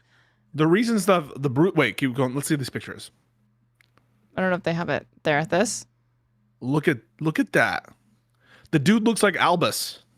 I thought he had gays on in his administration. What the hell is this? Am I right? Go down more. And they're like, oh yeah, he got that from shaking too many hands. Do you just hate when that happens? Your hand blackens and yes. falls off when you shake too many hands? Jesus Christ. And then they're like, oh yeah, so they say consistent with minor soft tissue irritation from frequent handshaking. And his use of aspirin as a standard cardiovascular prevention regimen. Mm-hmm. Sure thing. President Trump remains in excellent health, he said. Where's that photo of the like North Korean news reporter? Yeah, dear leader is doing very, very well. Go down. You know, the queen had this on her hand not long before she died. Yes. It's the mark. It's the dark mark. The black spot. The mark of the beast. Okay, but anyway, there's another image captured of his left hand with a similar bruise. So it's not, they're lying to us. They're like, oh yeah, this is just because he shakes too much. He's got a new... That's it. Wait, go back. Yeah. Which one? It's him in the golf situation. And they put the little, The golf situation? The golf situation. That's his left hand. Sorry, Same this bruising. is just like awesome quality we're looking at here, but... And you can tell it's not a mirrored image. Yes, I watched the Dave Pakman video. What David Pakman video? The one where he does this analysis. Analysis? Is anal on the brain because we're talking about gay Republicans? No, I misspoke. Sure you did. Bring up any of that to the A gays and they just laugh and insist that no one can say with a straight face that Maga is homophobic. They delight in what they see as the camp aspects of gay culture that's fused their movement. On the eve of his inauguration this year, the president danced on stage with village people as the group performed YMCA, the Ode to Gay Cruising. The soundtrack at Maga rallies includes ABBA, Queen, Elton John, Sinead O'Connor, and Andrew Lloyd Webber.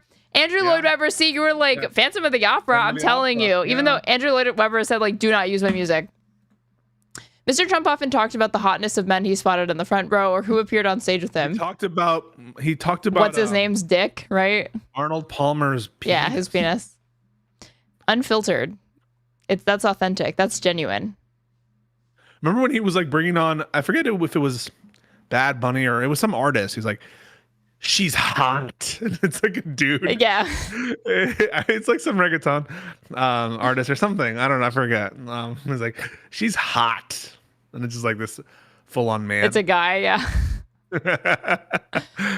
Mr. Kerchik called the president a camp icon. I mean, I don't disagree with this. He's like a drag queen. He's outrageous. He's transgressive. He's catty. He's narcissistic, the likes of which we haven't seen since Alexander the Great. I mean, I've said it once. I'll say it a million times. Donald Trump is positive queer representation because he is a straight man who embodies all of the worst most negative stereotypes of a gay man. But yes, again, like nonetheless, he is straight, and he is praised and seen as like a strong man. So it's obviously possible to have these personality traits and still nonetheless be perceived as highly masculine. The A gays also worship Melania Trump, their queen, their biological mother, and she seems to appreciate them too. One of the few events she participated in during her husband's last campaign was a fundraiser with gay Republicans in Trump Tower, for which she was paid. Mr. Moran was there, of course. He keeps a framed photograph of himself with Mrs. Trump from that night at his desk at the Department of Energy, and said he'd met the First Lady a dozen times. In 2021, she came to dinner. Mr. Moran threw at Mar-a-Lago to accept the Log Cabin Spirit of Lincoln Award. You were going to pronounce Mar-a-Lago all Latino-like.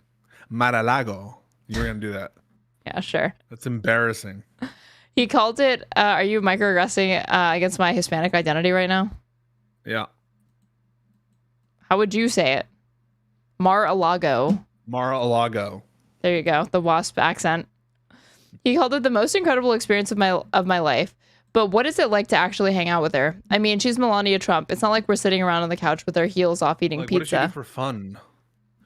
Democrats flip Iowa state Senate seat, breaking the supermajority. Wait. This is breaking news? You keep going. You keep reading. I just want to check this. He said that he and his fellow MAGA gays consider her an icon because she has, as they feel they have too, gone through trials and tribulations, the ups, the downs, the good, the bad, also because of her fashion. All of this can be somewhat surprising to some of the other MAGA tribes who have come to the Capitol to get in on the action of the Trump Redux. The funny thing is, I have had a lot of girlfriends who wanted to move here, said Natalie Winters, the DC-based right-wing media darling, who was a protege of Steve Bannon. They thought the dating scene would be really great, that MAGA would bring in a whole wave of, like, you know, eligible, conservative, smart, enterprising men. Instead, she said, everybody's freaking gay. Thoughts? I mean, I think that Melania Trump is not a gay icon, and we should not treat her as such. I don't think you really get to decide that as somebody who is not actually in the community. And I think that you are attempting to impose your like heterosexual imperial cultural instincts onto that of the gays, who have a much better radar for these types of things. Do you think that any self-respecting, I'm not going to say it. I'm going to back out of that. Nope. Continue. Please go on. Just keep reading. I'm going to self-respecting gay person would view Melania Trump as a gay icon, which she clearly is. She's straight.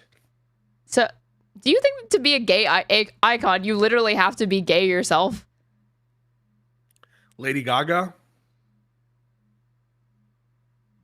Why did you just say Lady Gaga to me? Kirsten Stewart? You think Katy Perry is gay? I kissed a girl. You know what Lady Gaga? She was like, I've heard that song and she has definitely never kissed a girl. Katy Perry is like the straightest woman alive. There's no way she's gay. Or even bi or anything like that. And yet nonetheless, she's like a fucking gay icon. Charlie XCX doesn't say, as far as I know, is not gay. She's like a fucking gay icon. Okay. On the town, in early June, the president and the first lady went to the Kennedy Center for the opening night of a production of Les Mis. This constituted a big night out on the MAGA social calendar. Les Mis sucks as a play. Can we just come out and say it makes no sense? Music is good. You just don't like a French musical. Sense. I think you were probably... Had you ever seen the stage play before you saw... French musical. Before you saw the movie? Or did you see the Broadway play first? Musical. Or anything like that? It's not a French musical. Okay, what is it? Not that. What is it? At the end of the day, you get nothing for nothing. Can you do a Hugh Jackman impression right now, please? My God, Cosette. That's not you. Right. My God, Cosette. It's like a broken, he can't say. Okay, sorry. Do the Russell Crowe impression then. I will always know what matter to we do. Yes, it's horrible. No, do the beginning when he does like the numbers.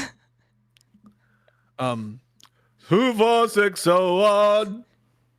That was like a weird hybrid between Hugh Jackman and Russell Crowe. Russell Crowe has like this very, very flat voice, and he has like no musicality, really kind of just speaks. 25601, your time is up and your parole's begun. And I'm Javert. The place sucks. And then Hugh Jackman with his like again like over the top vibrato. At least I'm free. You know why? You know why? They told him not to drink any water. You're thinking of Wolverine, prep. You're not thinking of Les Mis. No, I am. They were like specifically doing all the things that singers are told not to do to make their voices more realistic. To sound strained. And they like that's an incredibly dangerous thing to do for singers. And whoa, no way. Like, someone in Hollywood was asking somebody to do something stupid for the sake of like a really real, not even like a good artistic license or point. It's so stupid. Like it didn't sound good. Why would you want to make their voices sound bad? I think he wanted them to have this kind of like raw, rustic quality to it. The biggest thing is like he's having like Anne Hathaway sing a very difficult song while she's like seated. So different from this hell I'm living. It's pretty good. I should start my own production. What will you call it? I don't know. Les Mis, but it's all Democrats. So Live and Learn? and then they argue about communists. Live and Learn. This already exists. You've already created it. Oh shit, I did. You got a whole squad. You got 4 other crew members. And wait, I'm Eponine and Hutch is Marius. Don't fret, Monsieur Hutch. Who's Josiah? Any pain. Josiah is so Jean Valjean coded. And yourself? You said you'd be what again? I'm Eponine. I'm like, okay. I'm pining for Hutch, and then Hutch meets IRI, who's Cosette grown up.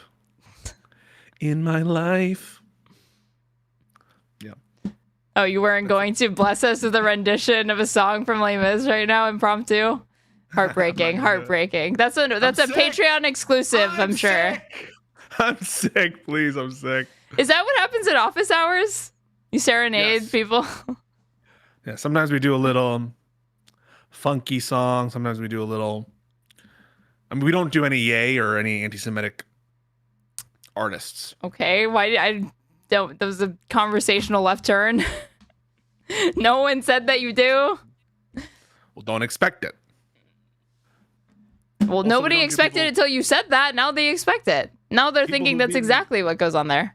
People who have been Me Too'd. We also don't do R. Kelly. We don't do Cosby. We don't do any of it. It's all bad.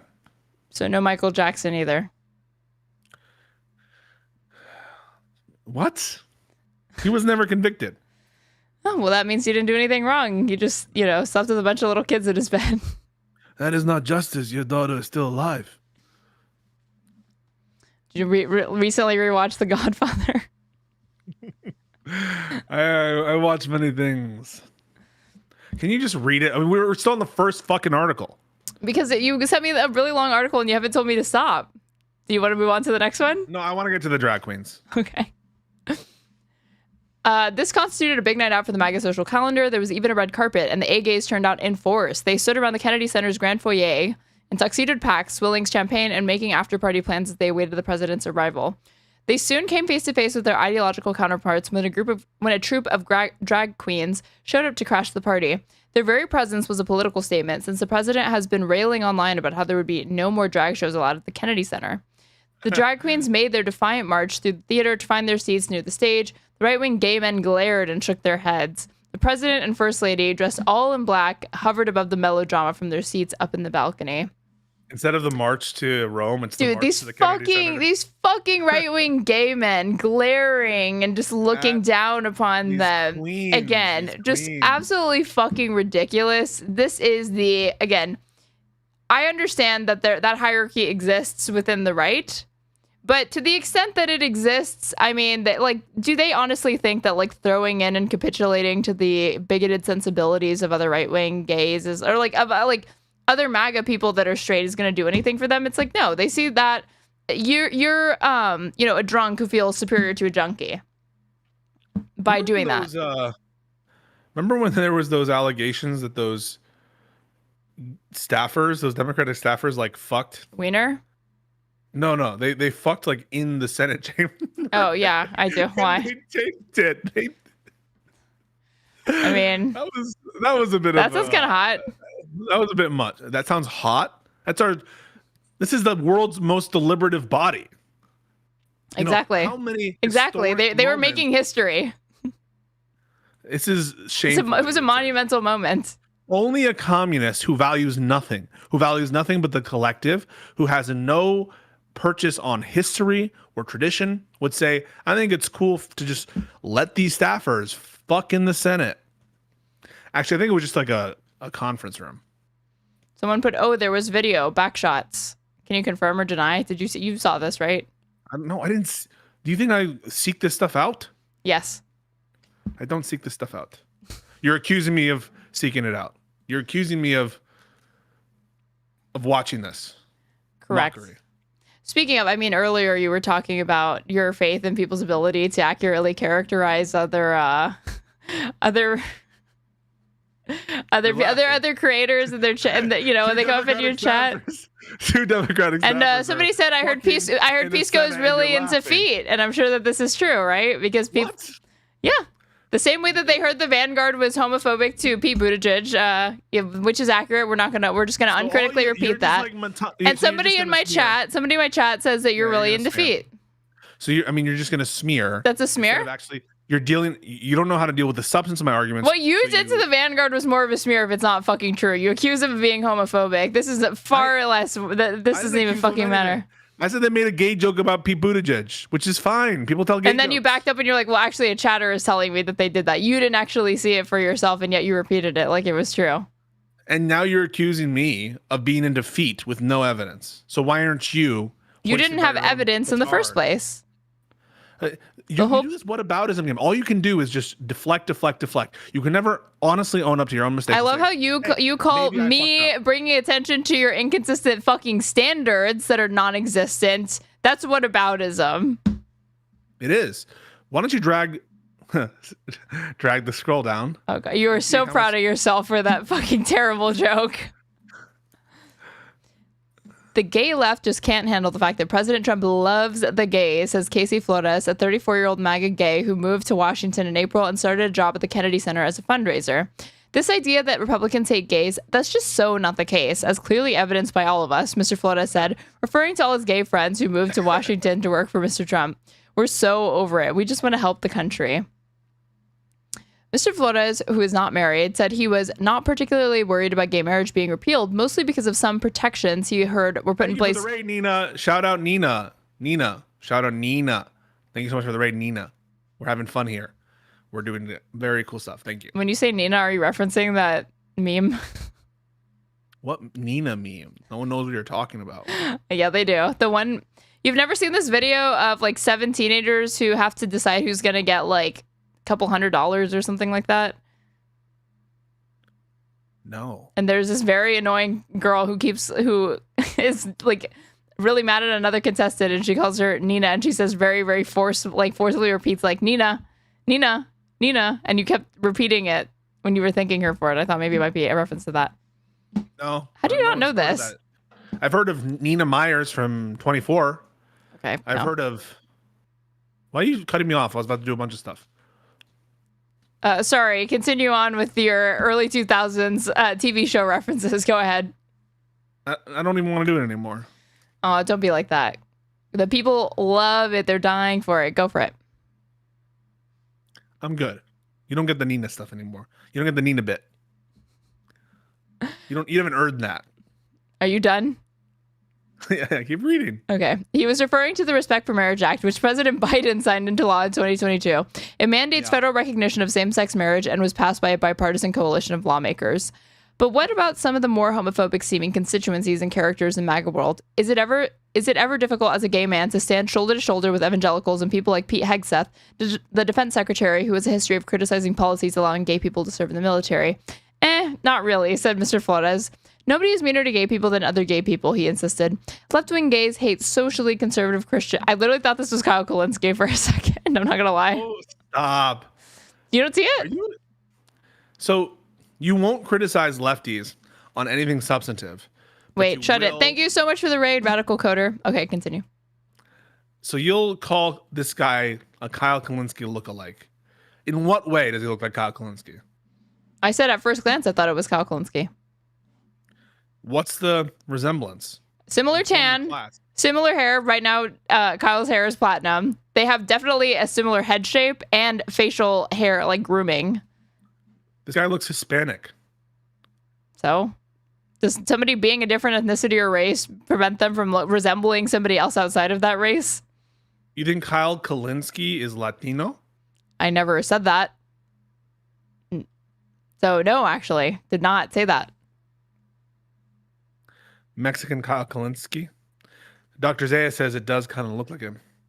What do you know, sorry, chatter. Apparently, you cannot compare people that are not of the same race or ethnic background. That would be wrong, I guess, or inaccurate or something. You also can't compare people of the same ethnic or racial background because then you're. So, do you think Ben Kingsley shouldn't have played Gandhi or? He's part Indian, you idiot. You're so Is he? fucking stupid. You don't even know that. No, I didn't. Is he? Is he half Indian? He is. Why don't you learn something before you spout out ignorant misinformation?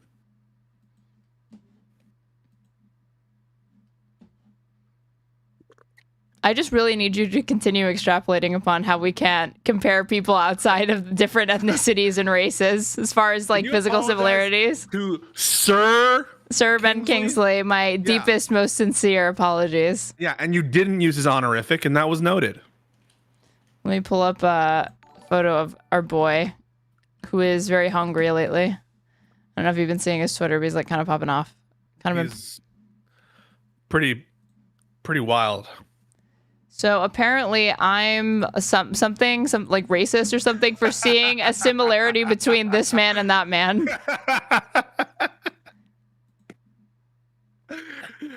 They're the same. You were saying? They're both good-looking men.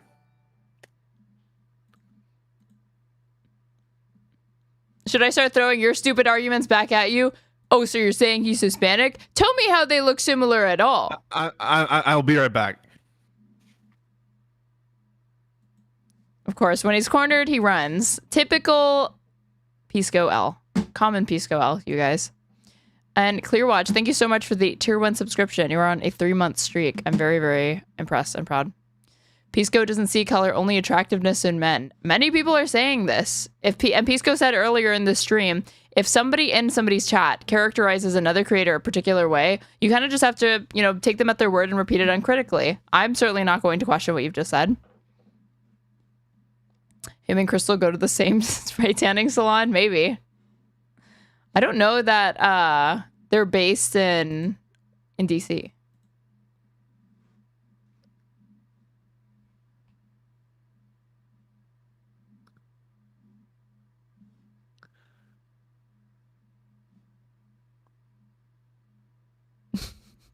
Just FYI, it's completely pointless that you turned off your camera for Riverside because you left it on for Discord, which is what I have projected on my screen.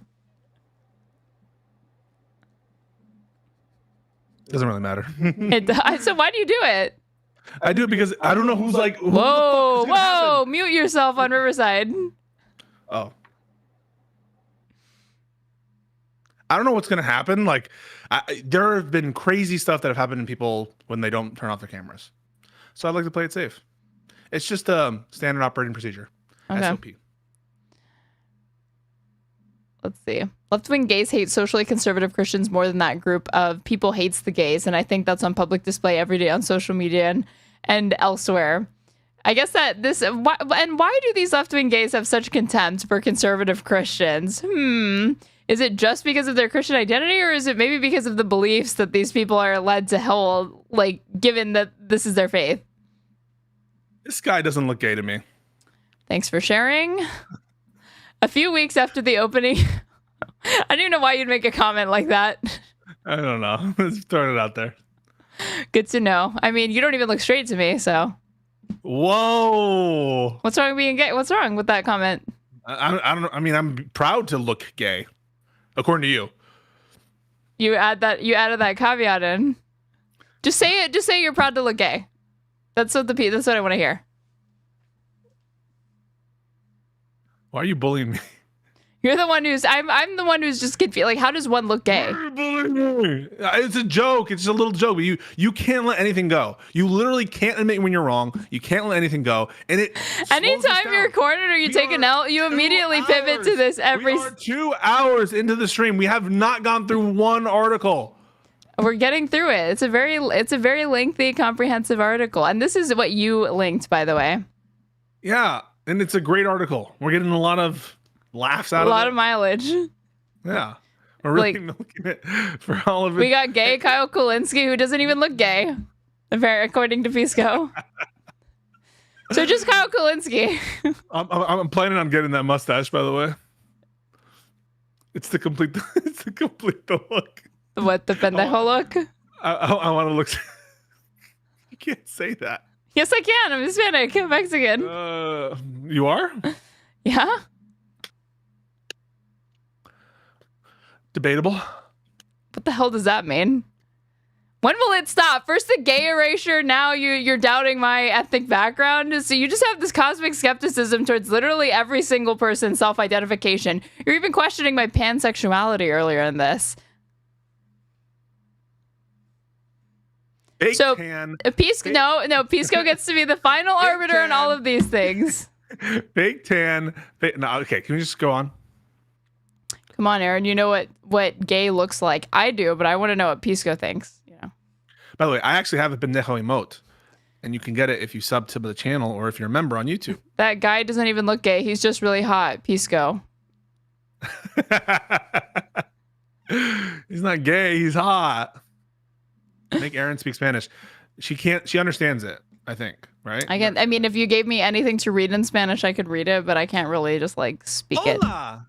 Yo soy Dora. Can you say I could do a little bit better Dora? than that. A few weeks after. Insert these pauses for no reason. Sometimes I'm monitoring my chat, asshole. You got a problem with that?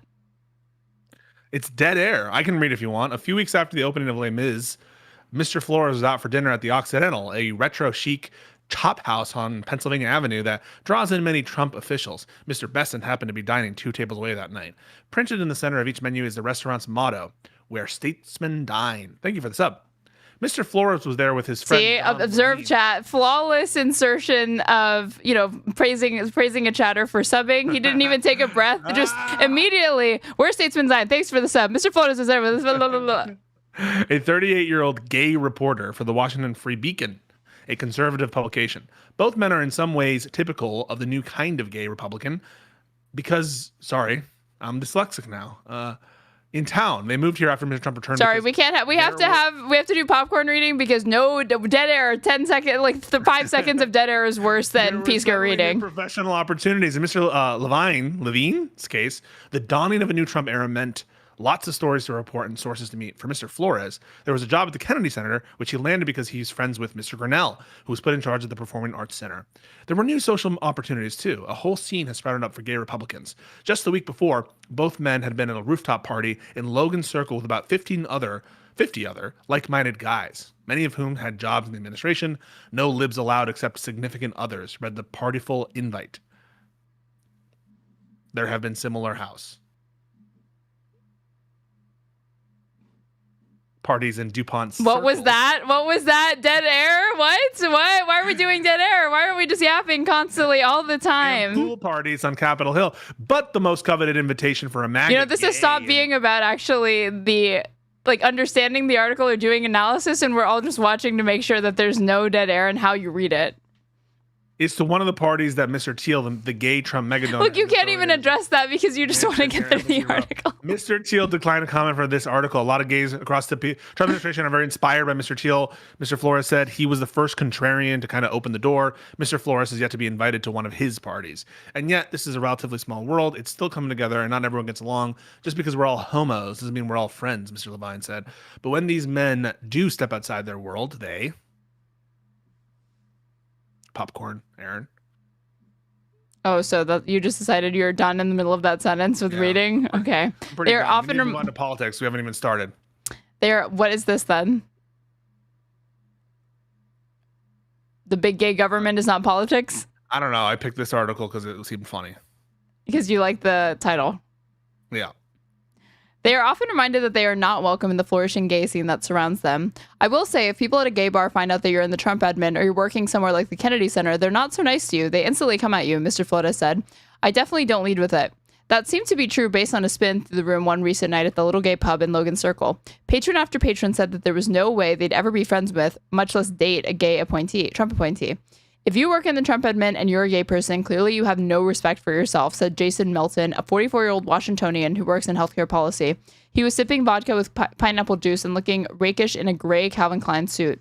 Asked if he considered it morally acceptable to date a Trump appointee, he said, look, it's okay to date whoever you want. It's not up to me to say who you should or should not date. However, but in any case, he trailed off, what if the Trump appointee were hot? No, they would go from a 10 to a negative 10 if I found out that they worked for Trump, he said. Across the room, one young gay Democratic staffer who works on Capitol Hill stood with his friends, drinking Pinot and eating pigs in a blanket. He said he'd always viewed himself as open-minded and thus tried to play nice with some Trump gays he knows. But ultimately, he just couldn't stomach what he saw as their hypocrisy. The way he put it, you can either party with the gays on Fire Island or you can cut funding for AIDS programs, but you can't do both. Mr. Moran said many of his friends encounter this sort of attitude all the time in their adventures throughout Washington. Gets them pretty down. But you know what I tell people, he said? If you're not getting invited to the cool kids table, go make your own cool kids table or your own spreadsheet. Thoughts? I thought it was pretty funny. Yes, I was a huge fan in particular of you picking this article and then pulling apart all of the different like semantics and terms that you felt were microaggressing upon the gay community and double standards that would like, you know, rhetorical flourishes that you did not feel would be used to describe straight people. Let's pick your news story. Let's do my news story. So Laura Loomer. No. Laura Loomer. You did a gay story too. Her defamation deposition will make your head explode, according to the New Republic. So just for context, Laura Loomer and Marjorie Taylor Greene are beefing for whatever fucking reason. Don't know why. Don't really care. It's just fucking funny. Laura Loomer's deposition against HBO late night host Bill Maher offered absurd new insights into the woman unofficially tasked with federal staffing decisions. The self-appointed loyalty enforcer has had enormous success influencing the Trump admin from the safety of her X account. An analysis by the Daily Beast found that at least 16 individuals were fired from the federal government after Loomer singled them out as covert generals, guys, like yes. Cyber generals. It's weird because like I watched her interview with PBD. And I felt that she was overstating the extent to which she actually had her hands on like any power. And every single time she like made a claim of like, I was responsible for this, I was responsible for that, I went to go find articles to attempt to corroborate whether or not she really was the person that like, you know, put that in motion or did it. And like every single official source will deny, like will say she's overstating it and like will deny that she was really the one that made the decision. But there doesn't seem to be any sign that would have occurred had she not put it in Trump's ear. So kind of does lead me to believe in some instances. She has major influence. I think she has major influence. An analysis by the Daily Beast found that at least 16 individuals were fired from the federal government after Loomer singled them out as covert Democratic agents. This is what they call like getting Loomered. But more than 200 pages of Loomer's transcribed deposition in her defamation lawsuit against Maher shed light on the influencer's beliefs and prerogatives and illustrate her as a raving conspiracist rather than a fine-tuned firing machine. In his sprawling answers to completely unrelated questions, Loomer rants about George Stephanopoulos, her lack of boyfriends, and her inability to get a White House press credential in an interview that quickly flies off the handle. In one particularly wild exchange, Loomer practically roasted Representative Marjorie Taylor Greene as someone who puts roast beef in her pants. Oh my God. What is your basis for saying she puts Arby's in her pants? Maher's legal counsel asked. She carries roast beef in her pockets, Loomer responded. What is your basis for saying she puts roast beef in her pockets and in her pants? The counsel pressed. Because I know she likes to eat at Arby's, Loomer said, further clarifying that she believes Greene puts the meat sandwiches in her pants and that she believed Greene would agree with that statement. Are you making a derogatory comment about her sex life by talking about Arby's in her pants? The counsel asked. No, I'm talking about Arby's, the sandwiches. I'm talking about Arby's. I'm a very direct person, Loomer said. If I was making a derogatory comment, I would have said it. Immediately after the Arby's exchange, Loomer offered another gem without provocation. She believes Senator Lindsey Graham is gay. A thing that I said earlier in this that you chastised me for. So surely you're going to have heat for Miss Loomer bringing this up, right? And speculating about it. What are you doing, Loomer? Several of President Trump's staff had told me in confidence that Lindsey Graham is gay. Loomer said, "Hold on, Ms. Loomer. There's no question," responded Ms. Maher's attorney. Loomer sued Maher and HBO in October after the late night show host suggested that Loomer might be fucking Donald Trump. The far-right activist has since claimed that Maher's joke tanked her odds at landing a White House gig. Whoa, actually, misogyny. Maybe true. Actually, maybe true. But like, is it? I guess you could have some kind of defamatory implication if you're like, she might be fucking Trump. You've literally speculated about this. So by your own standard, you have defamed Laura Loomer. I think it's a joke. That's convenient. That's convenient. I think it's a joke. I think everybody knows it's a joke. I think it's important to show this entire exchange. Oh no, you had it ready. So they're talking about like Matt Gaetz or whatever. Oh wait, where does this start? Wait, who has Clayman as their attorney? I don't know. Why? Who's that? Is that the Clayman? I don't know who that is. You don't know who Clayman is? Don't know who Clayman is. Is he representing Loomer? Oh, he is. Who is this? It's hilarious. Okay, so Google Larry Clayman. Okay. I can't believe she retained Larry Clayman. By the way, seriously, Aaron, don't talk shit about this guy. He will sue you. So just fuck him.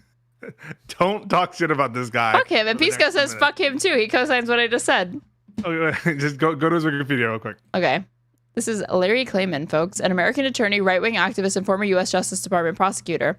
He founded Judicial Watch and Freedom Watch. In addition to his numerous lawsuits against the Clinton admin, which led him to be called the Clinton nemesis, Clayman has filed a number of lawsuits against political figures and governmental agencies. Clayman's goal in initiating the lawsuits is often to obtain information through the discovery process rather than to win the lawsuit. Most cases brought by either Judicial Watch or Clayman himself have failed.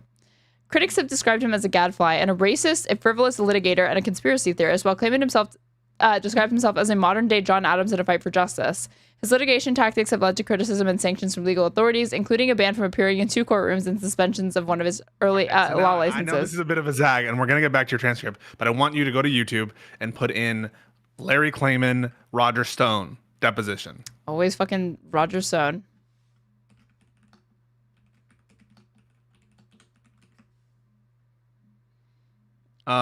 Just go to the Roger Stone. That 1 minute one is probably fine, or the 3 minute one's fine too. Yeah, we can do this one. I have no impact on who Newsmax chooses or does not choose to interview. Cardillo sending out tweets in support of you and Mr. Cardillo has First Amendment rights like every other American. Claiming he's your great friend. He is a good friend of mine, but but I don't tell him what to tweet. I don't tell him who to interview. He has First Amendment rights like everyone else. 2 and 2 equals 4, doesn't it? You have nothing. Is that insane? No, wild. Is that insane? Proof, evidence, Larry. Is that evidence, insane? proof, Larry. Evidence, proof, evidence. Not guessing on your part with nothing. You have nothing. This proves nothing. So Larry Clayman is doing the actual question right there, and Roger Stone fucking hates him. They're both conservative fucking lunatics. Like lunatic.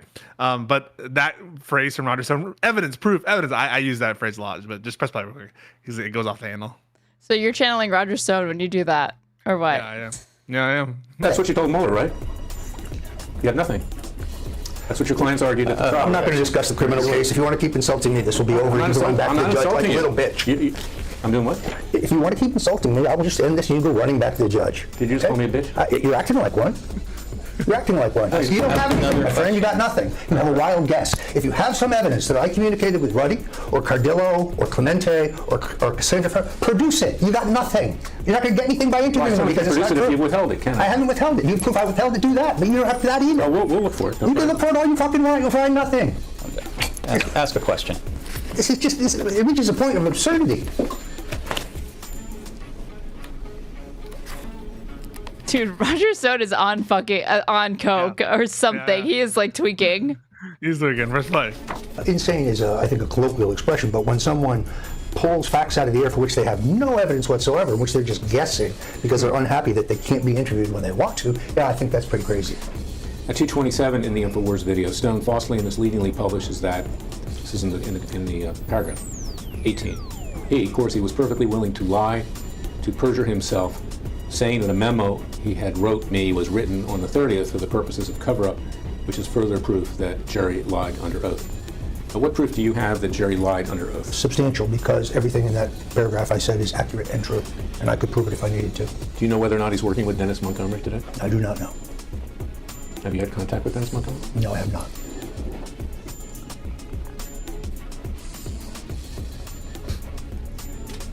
In fact, you have, correct? No, in fact, I haven't. Feeble alcohol-affected memory. You're, in fact, stating that Dr. Corsi is an alcoholic.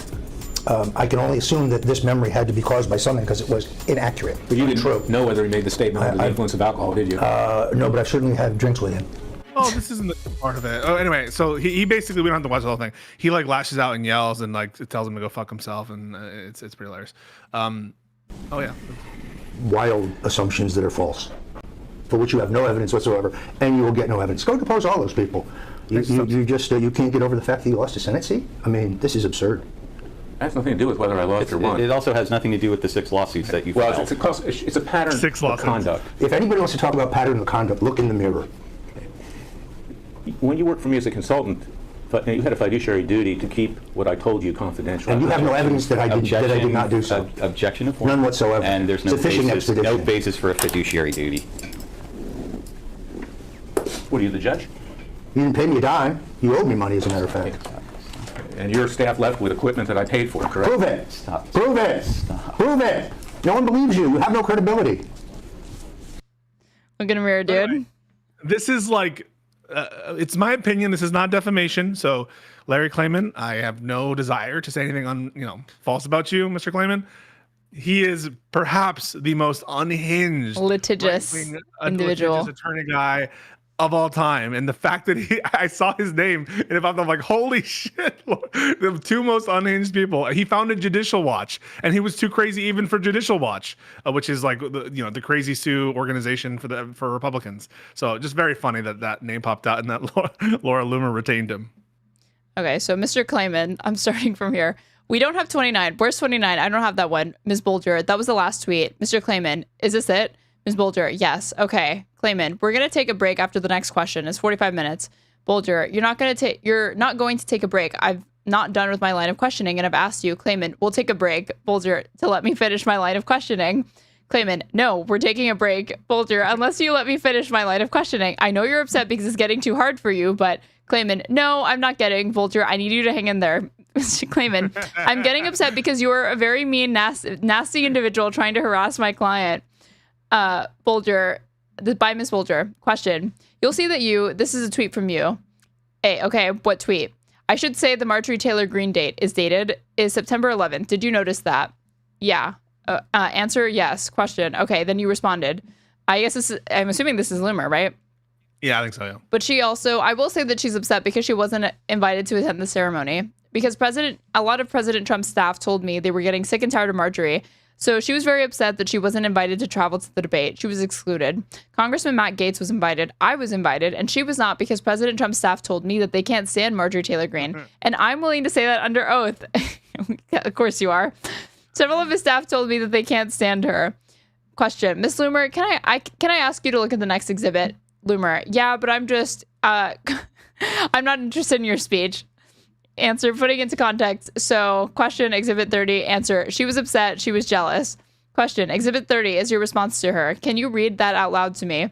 Loomer, hey, Marjorie, remember when you destroyed your family so you could have sex with the Zangief cosplayer? Tell me again how you and the Arby's in your pants. Wait, yeah. Is this a reference to Street Fighter character? I have no clue. Google Zangief. Is that Zangief cosplayer? I don't. Let me see. Hold on. Oh, wait, actually, I shouldn't do cosplay. Fictional character from Street Fighter. What a banger tweet.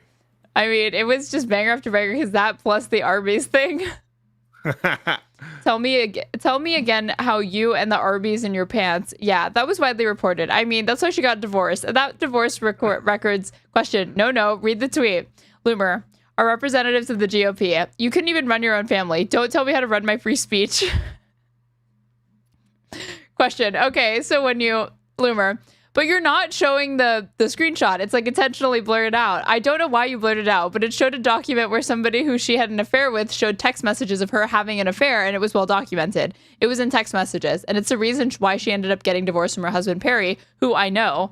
Because when, at the time during my campaign... Can I just pause real quick? Would you ever consider marrying a man named Perry? No. Absolutely not. Wow. Name alone. Name alone. Yeah. There was only one, and he's dead. Matthew Perry. R.I.P. No, to a real one. name Perry. Oh, first one? No, I don't know. First name. No. Like, this is my husband, Perry.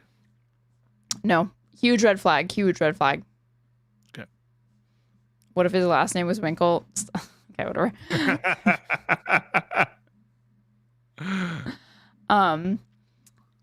But it showed a document where somebody who she had an affair with showed text messages of her having an affair, and it was well documented. It was in text messages. And it's the reason why she ended up getting divorced from her husband, Perry, who I know. Because when, at the time during my campaign, they were married and they came to my event. And it's well known. And she's even admitted to it that they got divorced because of her marital infidelity. So, question, right? Can you explain to me what it means? Answer. But I don't understand why you blurred it out. It's blurred out. Question, can you explain... Claimant, objection, relevancy by Ms. Bolger. Question, can you explain to me what it means to say that the Arby's in her pants? Loomer, well, Arby's. Claimant, objection, relevancy by Ms. Bolger. Answer the question. Loomer, Arby's sells roast beef. Bolger, right. Can you tell me what were you talking about? The Arby's in her pants, Loomer. Well, it's just an expression. What is the expression trying to convey? It conveys the reason why she got a divorce by her own admission. Because she had roast beef in her pants. Yeah. She put roast beef in her pants. That's what you're trying to say there. You're literally saying she put Arby's in her pants. I'm saying she literally... It's so ridiculous. I'm saying she literally put Arby's in her pants. Yes. Claimant, objection, relevancy. And pause. You're not supposed to make relevancy objections typically. During like a line of questioning? In deposition, yeah. Because there's no like judge there to rule on it. So you just object to form, really. Are there what are the formal types of objections? In depositions, you mainly just object to form. And there's privileges you can invoke as well, like attorney-client privilege. Perhaps there's some other that I'm not thinking of as well that could be relevant. But in general, you just object to form. Can't you just go like, objection, what? Like when someone just says something so out of pocket, you're like, excuse me, what? It's called the speaking objection, and they're, you're not supposed to do it. Or like, objection, no, we're not doing that. That crazy shit that you just said or asked me to, nope, they're basically deposition. There's no judge there. It's like pretty much run by the parties, and the judge might intervene if like someone they get rowdy, they get a little too frisky. Yeah, there's some really funny deposition videos of like lawyers flying up the handle or clients. Of course. Yeah, but this is one of them. I wish there was a video of this. I know. It's probably someone has a video. It has to exist. We just don't have access to it, unfortunately. Somebody needs to. Would this qualify for like freedom of information? No. If it doesn't, it should. What is that? Does that only apply to like government documents and shit? So FOIA doesn't apply to like court documents, I don't think necessarily. Oh. Because courts aren't agencies. There might be something. I mean, I don't know. Perhaps that there's a way to make the actual. This can be the test. Available. Somebody can do one and find out.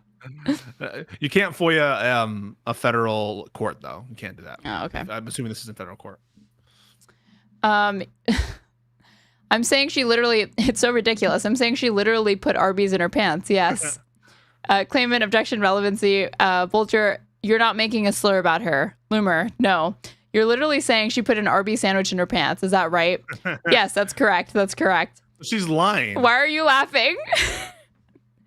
Because I just think it's so funny. What is your basis for saying she put Arby's in her pants? I just think it's so funny. I just think it's so funny. What is your basis for saying she puts Arby's in her pants? She carries roast beef in her pockets. What is your basis for saying she puts roast beef in her pockets and in her pants? Claimant, objection, relevancy, harassment. The witness, because I know she likes roast beef.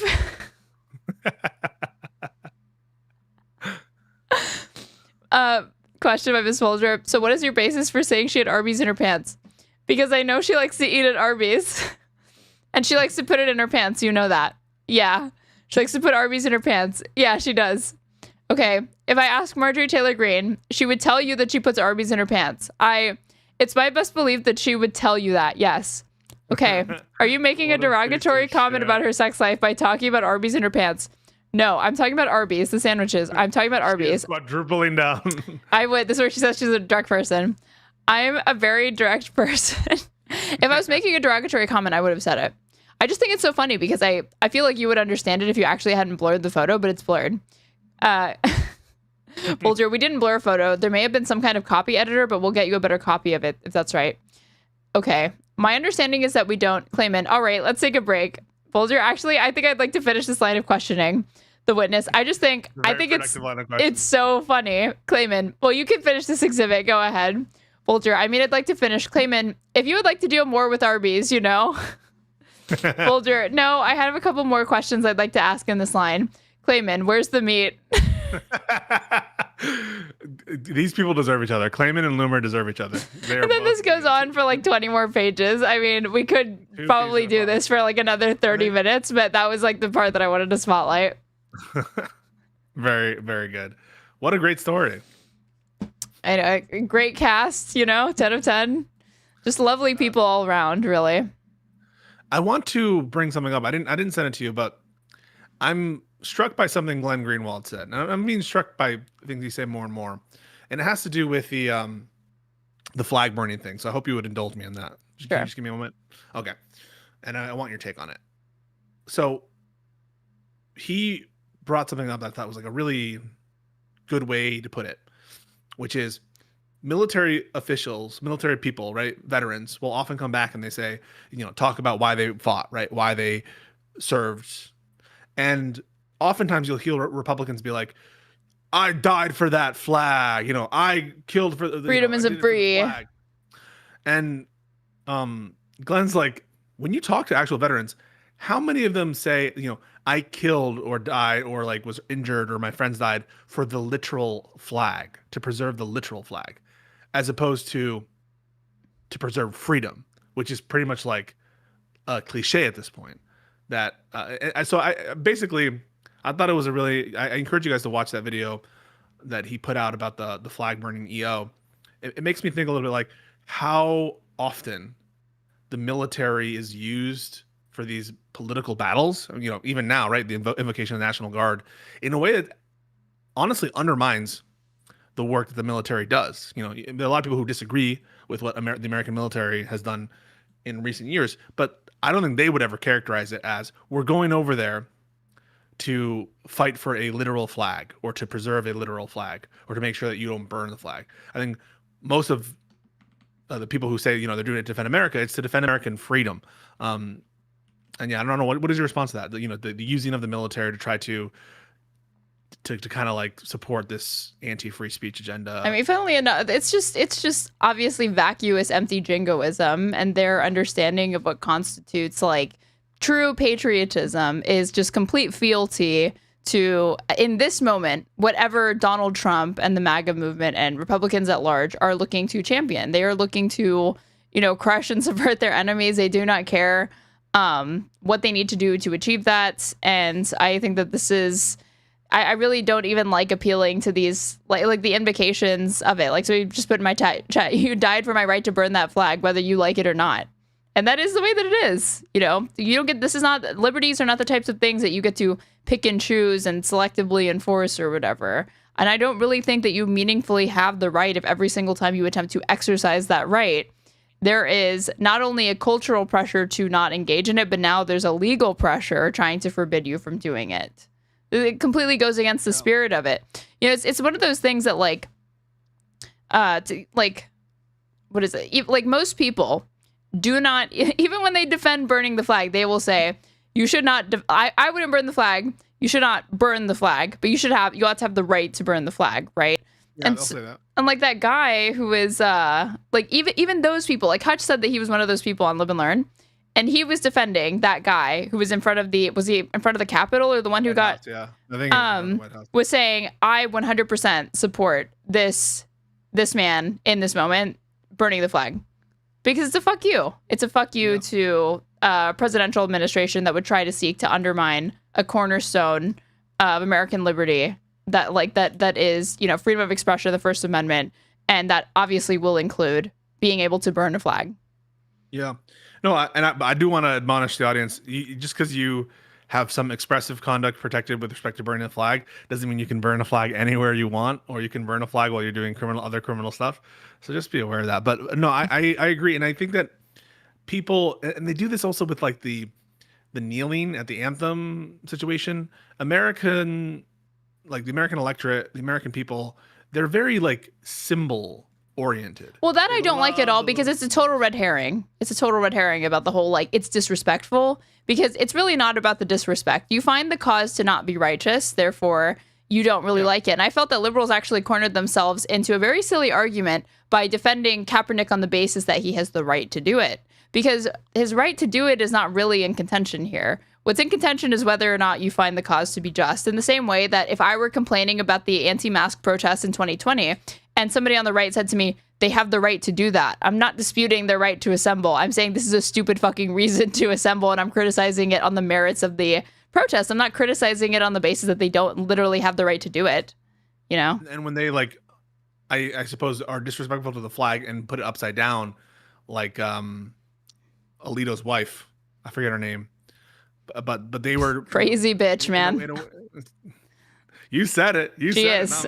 Do you disagree? No, she's crazy as hell. The crazy she's fucking crazy bitch. As hell. The recording that someone's like, it's. He doesn't. My husband doesn't tell me what to do. I can't wait to fly more flags. She's like obsessed with flags. But Americans in general, they're obsessed with their symbols. They love their symbols. And you know what? I will tell you, one of the most sentimental moments I had in my life was, you know, it was one of my first starts in varsity for soccer back in high school. And the national anthem came on. I was like, fuck. It was like super, whatever. It was like super rousing, and I'll never forget it. But so even for me, someone who can be cynical, although I think I'm, especially in recent years, like very rah-rah America, rah-rah Constitution, I can find a lot to, you know, enjoy or to venerate about these symbols. But the fundamental rights always come first. And the more offensive some expression is, the more important it is to protect it. Like, we don't need to protect very popular speech. Like, we don't need to protect criticisms of like the Taliban or criticisms of Al Qaeda or criticisms of the Houthis, right? Because everyone already hates those people. What we need to protect, right, with First Amendment protections are things that are very, very unpopular. And I think that people seem to be not getting that aspect of why the First Amendment matters, and that it's supposed to be a check against the excesses of the majority. But no, I just thought Glenn said it in a certain way, and I do find it funny that the this kind of military argument is marshaled out at every possible opportunity, when really I think it's a little bit disrespectful. It doesn't matter, because when the Kaepernick shit discourse was going down, Lycan's on a panel, and I think he's going up against Rob Noor, who's like, it's disrespectful to veterans. Lycan's a fucking veteran. He's like, I'm a veteran. I don't feel disrespected by it. And then all of a sudden he pivots and he's like, well, not your opinion, right? Not, you're the like wrong veteran to be citing. I mean, like, other veterans out there somewhere are offended, even though you literally have a vet on the panel telling you that there is clearly a diversity of opinion when it comes to these things. And for you to act like veterans kind of all adhere to this sort of like, you know, dogmatic opinion on like, you know, reverence for the flag or whatever, you were way off base to think that. Shout out Jola Politics. Jola, I'm going to reach out so we can restart our thing. We need to connect on the Zoom stuff. But shout out Jola Politics. Shout out Jola. Yeah, no, I totally agree. And I think that's also, they do it with like racial minorities too. Like they'll find like a racial minority, call her Candace Owens or something. Like, I'm not offended by that. Yeah, of course. I have a black friend. I have gay friends or whatever. Yeah. No, just like, damn, man, this EO shit has really laid bare how far, because the Republicans were trying desperately for years to carry the mantle of free speech above everything, and we are the champions of free speech. When did they, besides just them saying those words, when have their actions ever really comported with that? I totally agree with you, and that's one of the reasons why I think Glenn Greenwald is despicable is because he will like lie about the First Amendment abuses under Joe Biden and under Obama, which are like to me it's laughable. Like wait, what? Like what? So he'll just say in the kind of summary way, Glenn will, and I called out all the First Amendment abuses under Biden. Like what? But which ones is he talking about? No, that's what I'm saying. It's like in a summary fashion, just referring to himself. I'm sure that. But he might have made one that was a substantial criticism. It's usually fucking Twitter files bullshit. I don't understand why he can't bring up the times that he feels he's been consistent on this principle when you're the one virtue signaling about, and I called it Chaz an insurrection, not just January 6th. I'm consistent, but when somebody else does it, you feel that they're making like equivocations or something? I think there's a false equivalence being made when he's saying things like, all the abuses of the First Amendment under Biden. Like, which ones? And usually it's a shorthand to refer to like the Twitter files, which is the biggest nothing burger in the history of nothing burgers. And so, yeah, but anyway, that's all just me saying maybe there is no single right that they've attacked more than the First Amendment in the first, 9 months? Are we already, or what is it? 7 months of the administration? We are already like past halfway through the first year. Yep. Insane, guys. 2 months away from that, like, Trump baby. You know what I mean? You ever just think of things in terms of like 9 months? Like a child being born? Because I do sometimes. That must be... No, I've never had that experience. Well, because you're a man. The thing is, okay, so do you think if Joe Biden had passed the CO, that they would be upset or praising him as like, oh, base Joe Biden for doing that? No, they'd all be attacking him. I'm actually not sure. I actually think that there would be division. There would be like, I don't usually like Joe Biden, but I'll give him credit for this, for like standing up to, these left-wing Antifa agitators that want to fucking disrespect this country. I think that they would be attacking him. Maybe that's just me. Maybe it depends who. Like, do you think Trump is going to give him credit for that? Trump is not Trump. No, not Trump. Just MAGA. And I mean, Trump was willing to back off his criticism of Hillary once he heard that she was like, if he doesn't show fealty to Putin and he puts an end to this, I'll nominate him for a fucking Nobel Peace Prize. Hannity was like trying to like bait him into like criticizing her, and he like wouldn't do it. Has there been a single thing that Biden or Clinton or Obama have done that any of like the MAGA influencer class, Charlie Kirks, have said is positive? Yes. When Joe Biden shut down the border under COVID, and then Trump was like, good job, but he got it from me or whatever. Wait, really? Yeah, stuff like that. Or like Pelosi shutting down the border or something. It was something to do with that. And like COVID restrictions, it was like, oh, they said it was racist at first, but then when they did it, That's kind of opportunism. And they do it also with... well, you only asked for praise. You didn't say that it couldn't be an opportunistic one. Yeah. Obviously, the only praise that they are going to heap upon them is not going to be because of some principle. It's kind of in this context of a double standard, right? Like, so it's a defense. It's as opposed to like... So what they're saying is, it's okay because you did it or you had this position before. It's not real praise. It's just kind of, defending yourself, as opposed to someone might say like, I really thought that the Trump administration did good on Project Warp Speed. Now they're going to fuck it up by apparently banning the mRNA vaccines. Have you heard about this? No surprise there. Isn't it wild that they would do this? No. Isn't it wild that an anti-vaxxer who works out in jeans would do something as batshit insane as trying to ban mRNA vaccines? Absolutely fucking not. That sounds exactly what I would expect from that man. Do you think Trump is really sick? Do you think he has congestive heart failure? I hope, but I can't really say for sure. People are going to give you shit for that. Good. And I hope that those same people would probably also give me shit for burning a flag. So... Fine. We're just not going to agree on these things. I think I should be able to make comments like that about the president, and they don't want me to. The dumbest thing is people say, "Why don't you go burn the pride flag?" No, dude. What is the hypocrisy here? Why do they bring that up? They just say like, "Why don't you go burn the pride flag?" I've seen it happen, and I'm just like, no, I don't want to. I don't want to burn the American flag though. No, I do not care. I don't think books should be banned or should be burned. I think you should have the right to burn a book. Huh? Not even the Quran? No. Not the Quran, not the Bible. I don't think books should be burned, period. Which book? Not even like Mein Kampf. I don't think that these books should be burned. You wouldn't burn Mein Kampf? No. What does Mein Kampf stand for in English?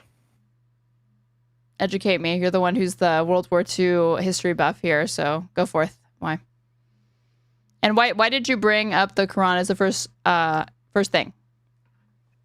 Question for my chatter. It was just a question because usually there's a big hubbubaloo if you burn the Quran. I mean, pee on the Bible. Okay, well, what was the scandal related to that was because American military personnel were found to be desecrating Qurans, right? Just like they're desecrating flags in front of the White House, and you're laughing. Yes, correct. But I already drew a delineation between these things, and I see one as a far worse act than the other. I think Abu Ghraib was horrible. Okay. Anyway. Yeah, this is my I tried to bring that up once, and you were like, maybe they can be burned or something like that. I don't know. You were like, play defense for American personnel. Like, I said that's obviously inflammatory to be doing. What is? What? American military personnel, if they were desecrating Qurans. Burn a little Quran desecrating Qurans abroad while they're functioning in the capacity. I bought the Quran. Let me burn it. They were like, I don't know. They were fucking like putting it on the toilet, burning it. I don't know. Something like that. It was something weird. I think it's bad policy because... Well, it wasn't a policy. It was individual American personnel doing this. A couple bad hombres. It doesn't define the whole squad. I think if somebody's curious, Mike Isikoff, I think, reported on this. He was a Bush-era reporter. A lot of mics. And he wrote a book called Hubris, talking about the way that they manufactured the whole... I feel like you're one of these lefties who would still rather have Trump than George Bush. Wild. Wait, say that again? I feel like you're one of these lefties who would still rather have George Bush than Trump, which is wild, I said. Sorry, the opposite. I was like, I'm crazy because I prefer George Bush too. No, I wouldn't. But I do think that I don't like to see the rehabilitation or embrace of these types of figures at all because they are people who you should hear their name and spit on the ground instinctually. You despise George Bush, don't you? Fucking despise George Bush, yes. And Senior. What's the worst thing George Bush did? Junior. Barty Crouch Jr. Name the character. Name one mistake that George W. Bush made. Go. No, I said the biggest. The biggest? What do you think I'm going to say? 9/11? Yeah, for doing 9/11. That's why I hate George Bush. That was my chat. They did that. Sorry. Chat. And funnily enough, I mean, we're talking about like ranking the most homophobic presidents. If you have a president who is literally considering a constitutional amendment to permanently make gay people in America second-class citizens to quote unquote defend marriage, right? You think banning gay marriage is? You think that's the same thing as an apartheid state? This is what leftism does to your brain. Was that an attempt at humor or comedy? What did you say you were suffering from again? Hay fever? I'm a little sick, in fact. I'm under the weather. I'm not feeling so great right now. Yeah, if you're feeling great, these jokes would just be 10 of 10, right? I think you don't have a sense of how they're landing because the chat is laughing, but you can't hear them. So they're laughing with you or at you? So you make it feel like I'm bombing, but I'm not actually bombing. You're being silent to give the appearance that I'm bombing. That's another reason why I didn't like George Bush. He did a lot of that.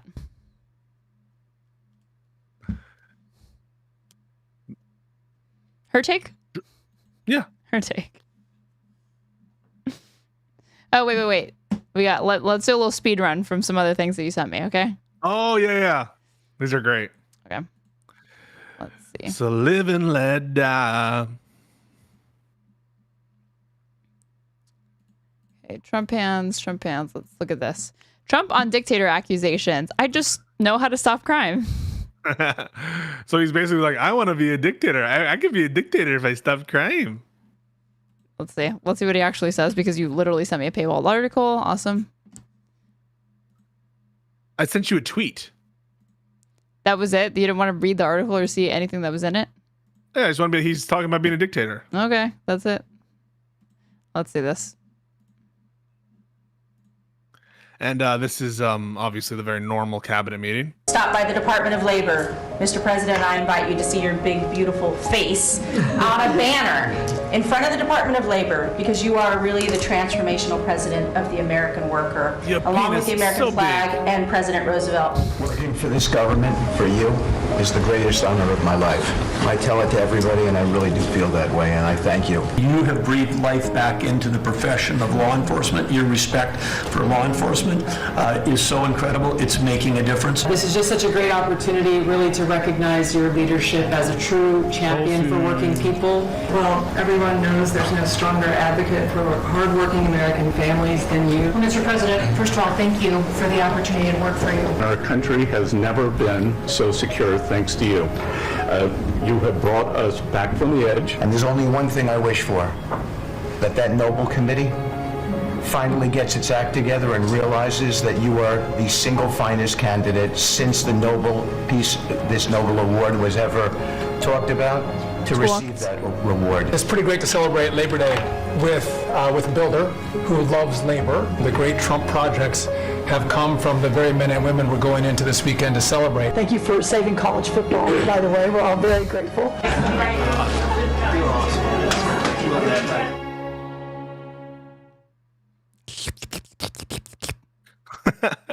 Don't do that. Why not? Like, We just watched a minute and 25 of that, but you're going to call me out for making fun of them. Got it. I just see their eyes. They're completely devoid of any light. They're just devoid of any light. Not like that Rachel Brosnahan. When she looked at that man, that Superman, I felt Rachel Brosnahan? What did I say? Rachel Shananana or something? Anyway, Trump had a meeting, and that's pretty much what happened. He was just getting like glazed by every guy with no light in their eyes. And if Pisco was in that room, he would be shaking his head so everybody knows he disagrees and go, "How dare you, sir? How dare you?" I would say, "Mr. President, sir, what the fuck is wrong with your hands, dude? You dying?" Got him.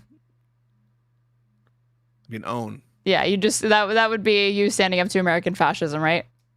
People would be like, "Ugh." So would you pull out the liberal surrender hands? Under what context would you pull out the liberal surrender hands in front of Donald Trump? And he's like, "Send him to Sakat, kill his family." No, frankly, I think I said this before, and it is the truth. I would rather die than cast a vote for this piece of shit. I mean, this motherfucker maybe is among the top 10 worst people who could have been elected to office in the country. And Sam Harris says this, I always repeat it, I think it's true. I would take random U.S. citizen over Donald Trump. I would take random U.S. citizen exclusively in... okay, he's not the first person. Sam Harris is not the first person to come up with that. And that's not really like... That shouldn't be... Only to a fucking elitist like Sam Harris is that a fucking radical statement. You interrupted me. I did. don't appreciate that. I don't give a fuck. I don't appreciate that. I don't give a fuck. This is real beef. It will keep going. It will keep going. Everything you say is going to be, I don't give a fuck. I don't give a fuck. I don't give a fuck. You just made your mic peak by doing that. That's what you should do if you ever are face to face with Trump. Very, very effective. You should do it very effective. Don't interrupt me. I would take a random person of a population with under 80 IQ before Trump. Thoughts? You'd let somebody part of the unwashed masses ascend to the office of the presidency, which is ostensibly supposed to be possible in this country, even though we know it really just ends up going to somebody who can get a bunch of money from a donor or like, a political dynasty. You know, there are some species of monkeys that understand fundamental fairness. You know, you give a monkey a little bit of that. What's that? Is this a vegetable? Cucumber? Is cucumber a vegetable or a fruit? I think it's a fruit. It says seeds. Okay, you give a monkey a cucumber, and then you give his friend monkey a cucumber. Everyone's happy. If you give one monkey a cucumber and his friend monkey a grape, they will throw the cucumber back at your face because they understand fundamental fairness, and Trump doesn't. And so I would rather have a Reese's monkey. Is it Reese's monkey? Reese's? And Recess? Recess. Recess? I think, yeah, I think that's how you say it. A Reese's monkey who understands fairness. And that's Can you your put on take. her take? And is that your take? That's my take. Actually, Reese's Pieces monkey. They love Reese's Pieces. actually, can we? I kind of want to go back a little bit to PBD first, when he praised the Social Security, the 90th anniversary of Social Security, where he just straight up Trump lies that seniors are not paying taxes on Social Security anymore. Okay, but I'm letting you guys prior warning. I have about 30 minutes left. I'm genuinely not feeling as well, but let's do it. Let's start with PBD. This is your job. I streamed earlier today, and also I'm sick. With you haven't even named with what, but you're sick. I don't know. Maybe I have a horrible disease. Maybe I have congestive heart failure. Maybe I'm on the way out, and you feel bad, and you won't get to take back what you said today. You won't get to say, "Oh, Pisco." I will feel bad. I won't have somebody to bully on the regular. You don't bully me. I bully. I let. This is. We're not going to get into this. You're right. Public humiliation. We are going to have a conversation after class, and in that conversation, there are going to be some new rules, and those rules are going to be basically set in stone. The sexual harassment off the charts this episode. You have to see me after class. What is this? Paternalistic attitude, trying to get me alone. Absolutely fucking disgusting, Pisco. Yikes. You went there. No, you did. You did, to be clear. Very uncomfortable now. Yeah? Is it more uncomfortable like being sick or is it just the joke, or what is it? I don't think it was that funny of a joke. I think it was just uncomfortable. Like right now, I'm not enjoying myself. When do you ever enjoy yourself when you're doing the stream? It's just an hour of me roasting you, or multiple hours on end. The stream is. We're like talking shit about Anna. You're playing into the memes because you know what they say. What they say is, "Oh, she's only here to roast libs." That's what they say about you.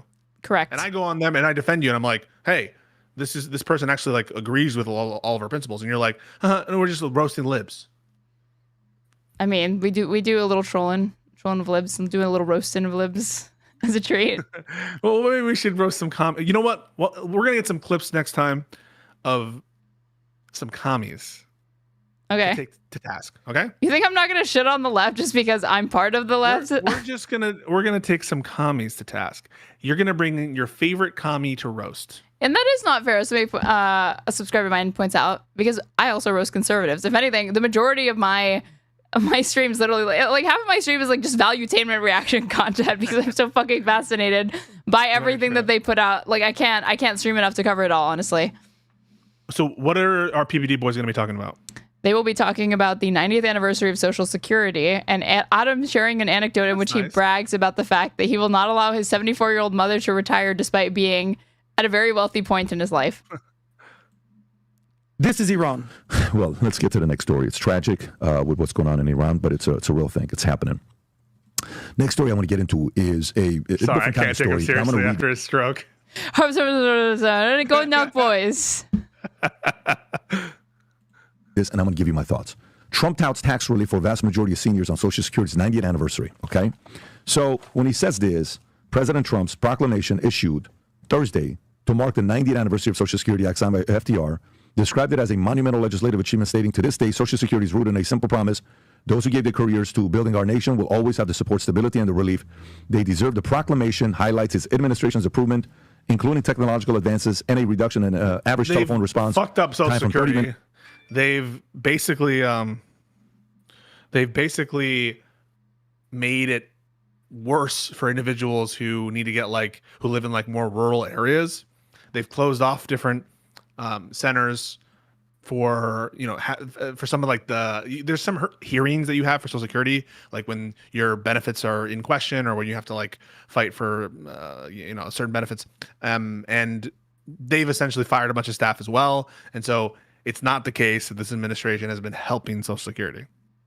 Hold on, we have a chatter that put, he had a stroke. What was that joke, LMAO?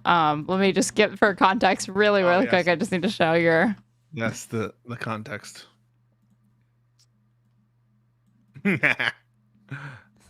This was a few days ago. Go and milk boys and scare the crap out of them. Go and milk boys and scare the crap out of them. So yeah, this is what we're referring to, chatter. Yeah. Minutes last year to 6 minutes, an 80% decrease. Trump claims these efforts ensure Social Security now stands stronger and more resilient than ever before, counting Democratic criticism of workforce and one big beautiful bill. The administration completed over 3.1 million payments ahead of schedule, totaling $17 billion to eligible beneficiaries, and the proclamation notes provisions in the Republican spending package signed last month allow the vast majority of seniors who receive Social Security to pay absolute nothing in taxes on their benefits, which Trump calls the largest tax break for seniors in the history of our country. Rob, so is this him? It's a complete lie that there is any fucking tax break for senior citizens it's a tax break, but it barely applies to anybody. This is, and then he praises the Social Security Commissioner. Go for it. He's brought with him some of the most talented people in business, and they were making a lot of money, but they made a lot of money. They had money they didn't have to make anymore, and they just want to do this. They want to have our country. This guy's brain is fucking mush. And that's what He has always spoken like this. You're he has always been like this. It's why it was very, very frustrating for a long time to see people accurately point out that Biden's, was fucking cooked and it did not sound good. But walking into the rainforest. But the same people would turn around and say that Trump sounds and looks great, even though he sounds insane. what's happening, and we're doing that in a lot of locations, a lot of areas. You deal with some of the people that are commissioners, that are secretaries of state, secretaries of treasury and of commerce, people that were really, really successful people. He's hiding his all that up to make a bruised small hand amount of money.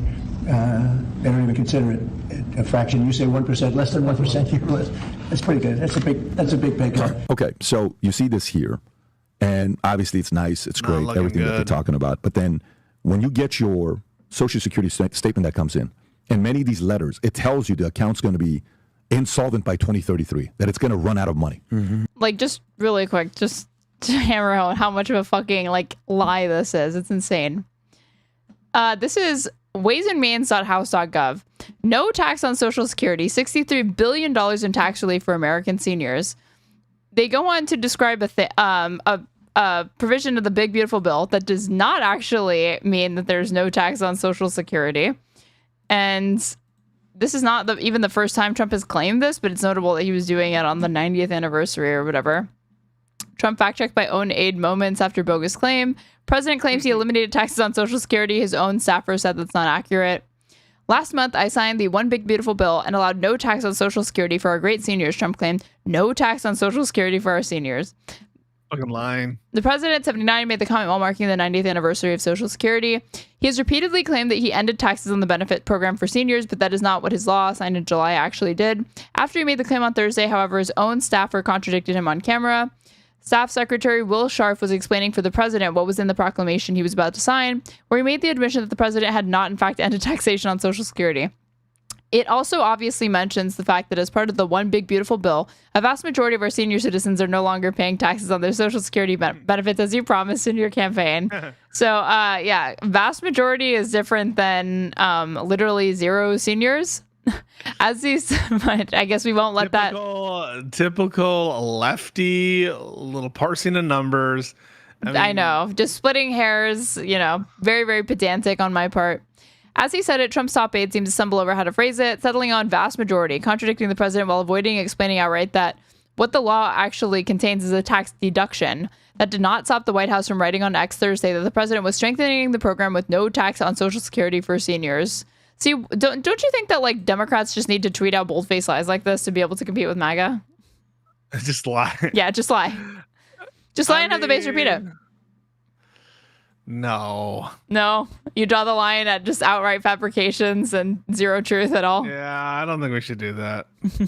It is playing with our hands tied behind our back, but unfortunately, I don't think we should just lie about what's in the legislation we're passing. What if I told you it keeps Republicans away from winning Republic office? Right, then we'll talk. As a treat.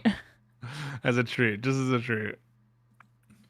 Part that we don't think about. Every president is afraid of having the Social Security conversation. They're all afraid of it. You know why? It's a big voter base. And if you don't get it, you're not going to win midterms, you're not going to win elections, you're not going to win any of that stuff. but I'm not running for office, okay?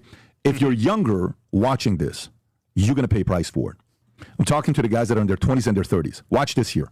Rob, can you go back and type in when FDR came out with Social Security, what was the life expectancy in America? So I'll tell you why I was pulling. He thinks this is like a great point.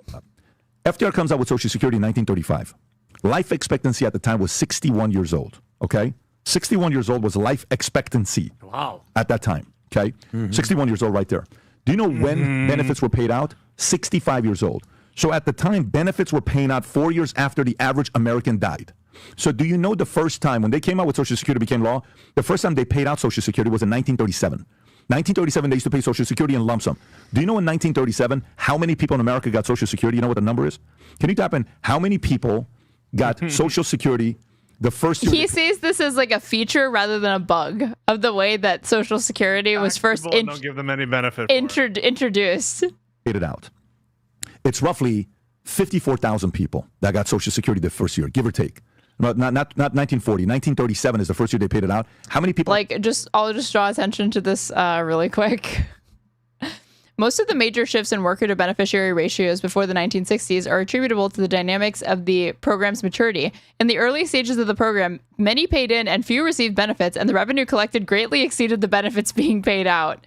What appeared to be the program's advantage, however, turned out to be misleading. Between 1945 and 1965, the decline in worker to ratio benefits went from 41 to 4 workers per beneficiary. So this is, if you're wondering why I have that specific fact check, it's because Adam, at a different point in this, will point out that like we don't have enough workers to beneficiary ratios. So by their own research and admission, that program, like the introduction of this program, definitely had a lot of flaws. But PBD is like, look, we're too fucking greedy with it now. Even in the early stages, like barely anybody was eligible for it. Like just completely, like seeing that as like a good thing rather than a bad thing. I mean, I think PBD would know. I mean, he knows about Ponzi schemes given that he runs an MLM, and so. Whoa, defamatory much? Allegedly. Well, in 1937 got Social Security. It's 54,000 people, give or take. Do you know in 1937, when 54,000 people got Social Security, do you know what the U.S. population was at the time? 53,000 people got Social Security. Do you know what the U.S. population was at the time? The U.S. population at the time was 128 million people. So let's do some math, Vinny. I know you like math. I love it. Can you type in Love U.S. math. population in 1937? Tom, you know where I'm going with this. Watch this. Let's do math. I'm right with Do you. you know where he's going with this? He's going to say that it's insolvent or that it can't meet its obligations. If you do, 54,000 people got benefits out of 128 million people. Let's do the math. You know what the number is? It should be 0.004%. Wow. So today, what's our population? 340 million people. Almost 400 million. So if we apply this into Okay, fucking Vinny, almost 400 million, like way off. All of them 340, 330, like they were the closest or whatever. Vinny confidently almost 400 million. No one caught it. today's math. So let's take this times 340 million people. To use FDR's formula today, only 143,000 people should be getting Social Security today. Jeez. Do you know how many people got Social Security payments? Can you pull up the number, please, what it is? We're going to presuppose that the distribution of elderly people, like of all age brackets, is completely identical and that you've not seen any sort of increase in life expectancy, that there aren't more, maybe less children being born or like more elderly people now. No, it's like, it's completely the same, just more people, but the same distribution. 50 million people. 74 million people are getting Social Security checks today. Can you believe 74 million taxpayers are eligible for the thing that they fucking paid into? Crazy. Yeah, crazy. It's right there. 74 million people are getting Social Security checks today. So let me get this straight. We started off in 37. Average age was, life expectancy was 61. Benefits started at 65. Only 54,000 people got the benefit out of 128 million, 0.0004%. You apply it to today on 340 million, it should be only 143,000. Yet 74 million plus got it. And if we applied FDR's calculation on when Social Security benefits should start, you know when it should be? He said formula earlier, and then now it's calculation. Yeah. Rob, can you do me a favor? Rob. What is the life expectancy today of Americans? Rob, pull up the quadratic formula, please. It's 74, 75? What do you think? I think for women, it's like 81, for men, it's 75, something like that. You guys? Let's what is 70, 2? More than that, buddy. What is it today? 78. What is it today? High 70s. Not low much 80s. more. What is it today? 78. Okay. Do you know what that means? Oh. If we use we were the same fucking exact Yeah, men 75.8, women 81.1. Nice. principle of Social Security starts 4 years later, 61, Pull up 65. PEMDAS. And that was when we were living 61. Now you go to 78. You know when benefits should start? At 84 years old. Yeah, If we use Grok do Sokotoa. FDR's formula, Social Security today should start at 84 years old. People are normally dying. Look, even Vinny is pushing back. It should start at an age past the point of the average life expectancy for both men and women in the United States. So, like, no one. Why are we letting these Entrepreneurs inform their audience about math and the School of Hard Knocks? You fucking entitled, tolerant liberal. You just want a fucking handout. You just want Social Security probably at age 40, right? Who the hell does this PBD think he is? Coming to our country and saying we have to work until we're 84. You know, I think you should show some more respect to the guy who once said this, you know? Read this, please. Nelk boys and scare the crap out of him. Okay, that's what I thought. Okay, so show some fucking respect. Why did you put Patrick by the way, David twice? no. His name is just so great. I really just want to have it front and center at every opportunity that I can. Is that AI? No, it was. I wish it was AI, because then I wouldn't have spent several minutes making this stupid bullshit. Body is going to agree. So hold on. If we use FDR's formula, Social Security today should start at 84 years old. People are normally dying around 70. But by the way, nobody is going to. Even Vinny is like, I don't know, man. Patty, I don't know about this one. Like, it's a little harsh. Kind of do seems this dumb. because no one's going to get elected except for the youth. If you're in your 20s, Like, at that point, just say you're eliminating Social Security. Why do this, like, 85, you're fucking eligible for it? What? I'm probably going to die in the next 2 years. You're probably going to die in the next gulag. 20 minutes. You're so sick, right? I am pretty sick. I'm just not feeling well right now. and you're in your 30s, you ought to be campaigning for not wanting any Social Security. But also the debt load is not going to be passed on you, because in reality it is. The debt load. And you're going to be sorry. Oh, you're making fun of an Iranian king over here? His accent? He is a king. He's the Shah. He's literally the Shah. Would you rather be on PBD or her take? That's the tough one. A PBD, easily. PBD for the clout, PBD. But giving up a her take appearance, that would be tough. But maybe we could leverage the PBD appearance into Yeah. I don't know. Like, giving up, getting to appear alongside Lindy Lee. Very hard. True. Suffering the consequences. So let me get this straight. Median income's not comparable to what it was 20 years ago, 40 years ago, 80 years ago, where a lot of these boomers, they were able to buy a house and pay it off within 8, 10, 12 years. By 22, 23, 25 years old, they had a house. How It's not the are case today. 30,000 Your income was able to give you a decent. What do you mean 30,000? This says 438,000 likes. Okay. Well, he streams to 30,000 people. Oh, that's his concurrence? You think it's botted? No, I'm sure that. Well, I don't know, honestly. They seem to get, almost 2,000 comments on something with 438,000. That seems right. You can bot comments now. You can, but I don't think that they're doing that here. Okay. 0 bots. Please get Adam out of this podcast. He will be the reason of your downfall if you don't react. That seems like an authentic comment to me. They totally hate him. Truly a room full of imbeciles. Needed this. This podcast would be so much better without Adam. He brings nothing to the table. I love when the boys say, "Fuck, I needed this." You know, when they're like about to hang out. You wouldn't know. That's like a guy thing. Life, not today, on the backs of what? So now they'll say it's the billionaire's fault. It's the rich man's fault. No, it's called, out of all the money that America gets in taxes, which is roughly $4.9 trillion of revenue that comes in, tax revenue that comes in.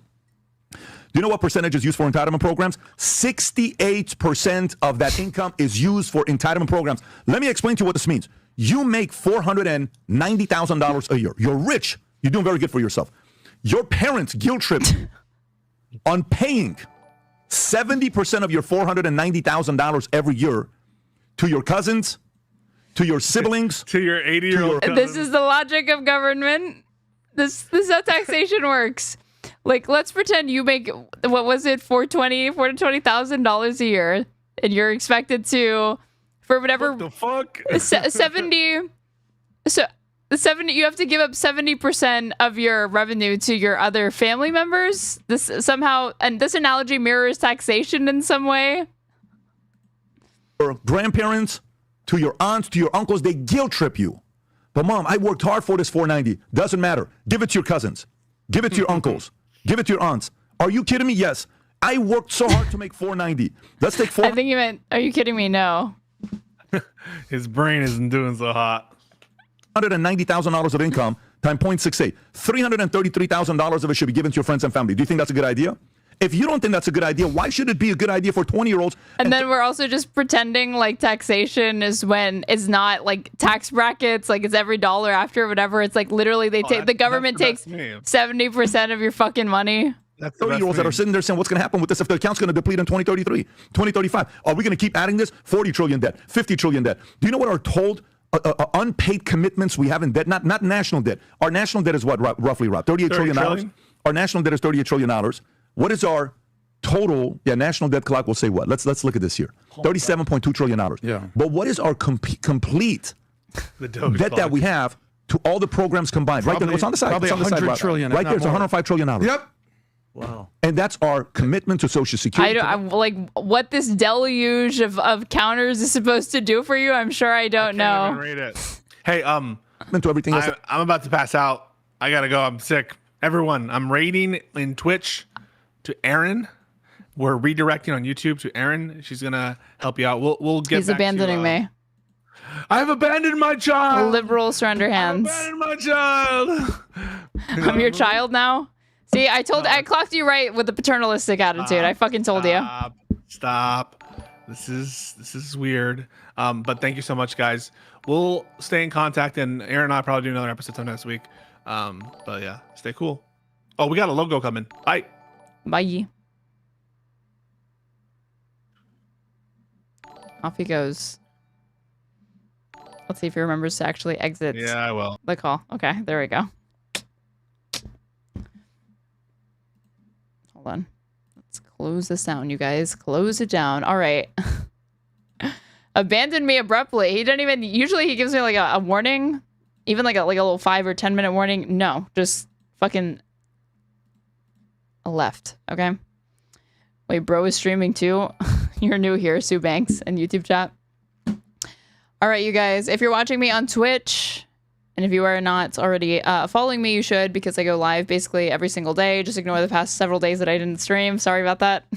If you're watching on YouTube, you should go ahead and subscribe to me and like the stream. That way it pushes it out to other viewers. If you want to support me, you can sub on Twitch. You can also follow the donation links pinned to my Twitch chat or my YouTube description box. And thank you so much to whoever donated $10 earlier in this episode. I'm just now noticing it. I'm sorry. I don't know why. Like, I guess I had like two windows pulled up because I was trying on OBS to hide his window capture, and then another window capture of him was underneath, and I couldn't figure out which one it is because I just have too many things going on. So I couldn't see who donated, and so I'm so sorry.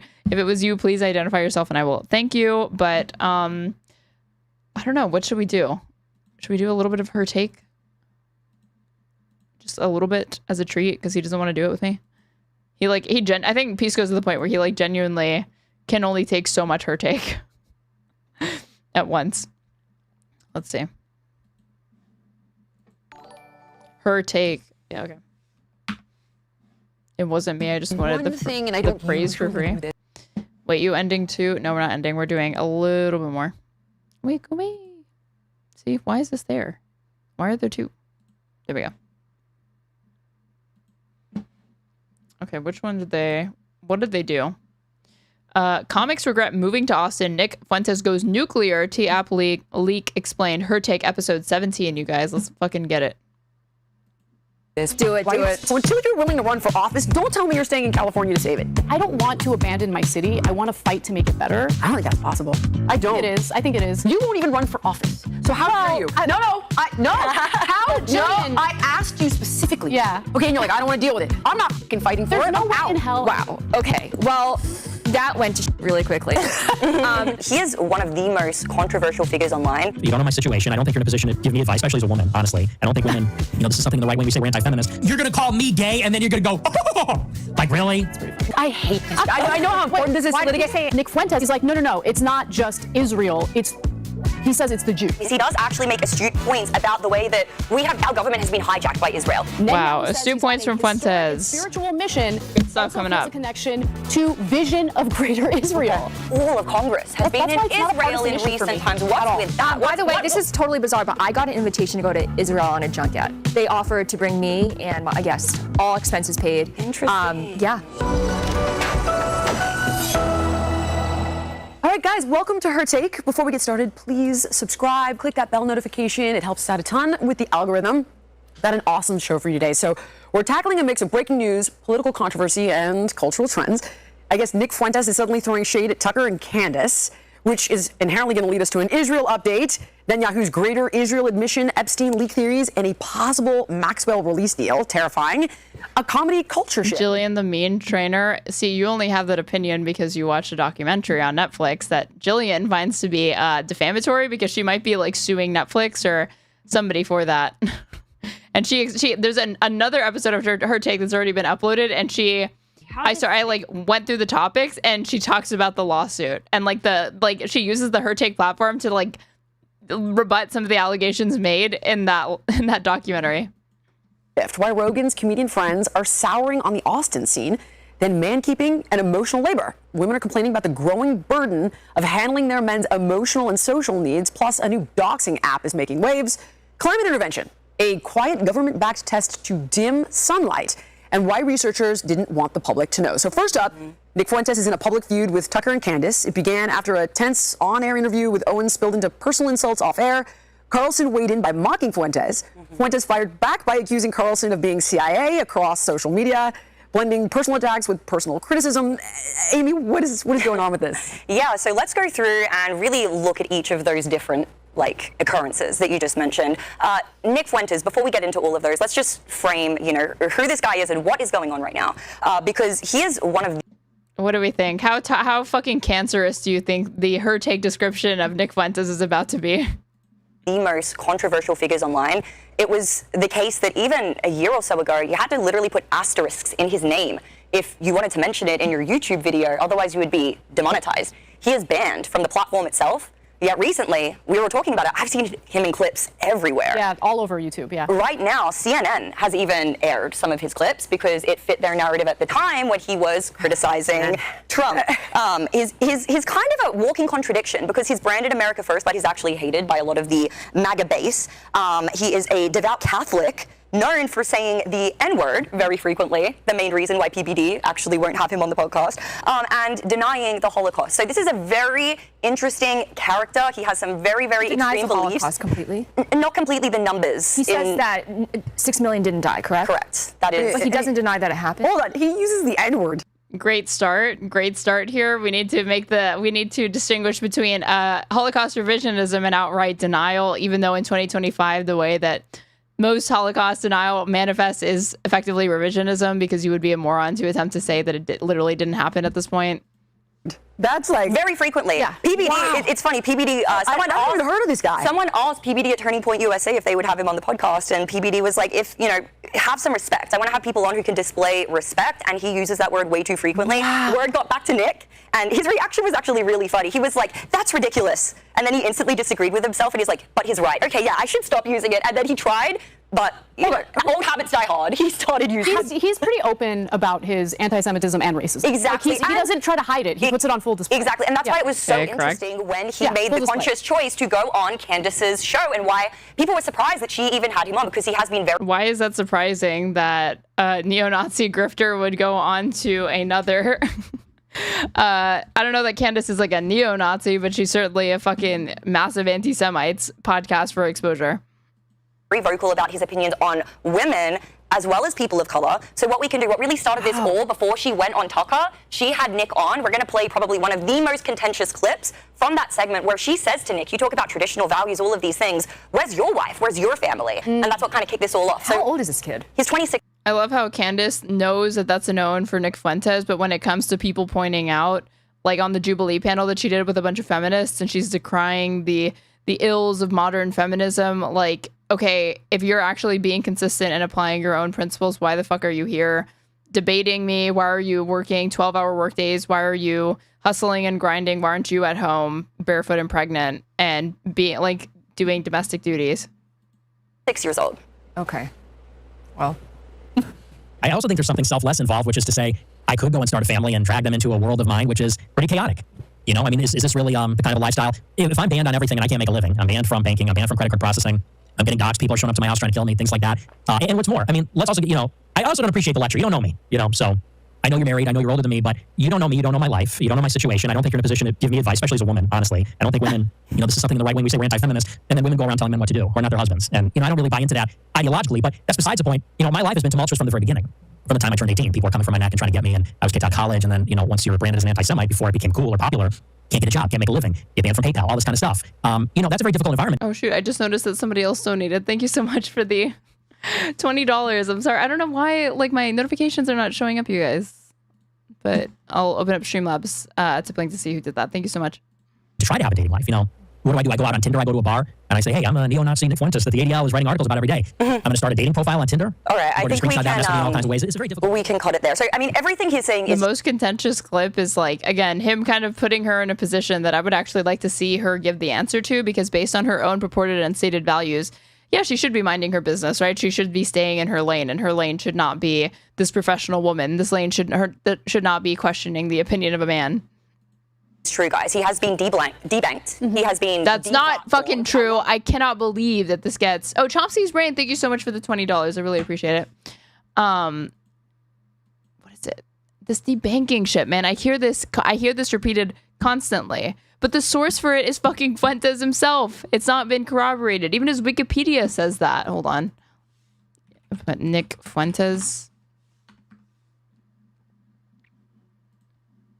Like, if I put, like, bank, like, Fuentes claimed that his bank account had been frozen and that he had been placed on a federal no-fly list, okay? So the source for it will be this. Let's see if it's actually in there, the proof of him being, like, debanked. If I put bank, 0 of 0, no way. If I put debank, crazy. If I put ban, let's see, abandon... he was banned in Twitter, banned from Twitter, Telegram.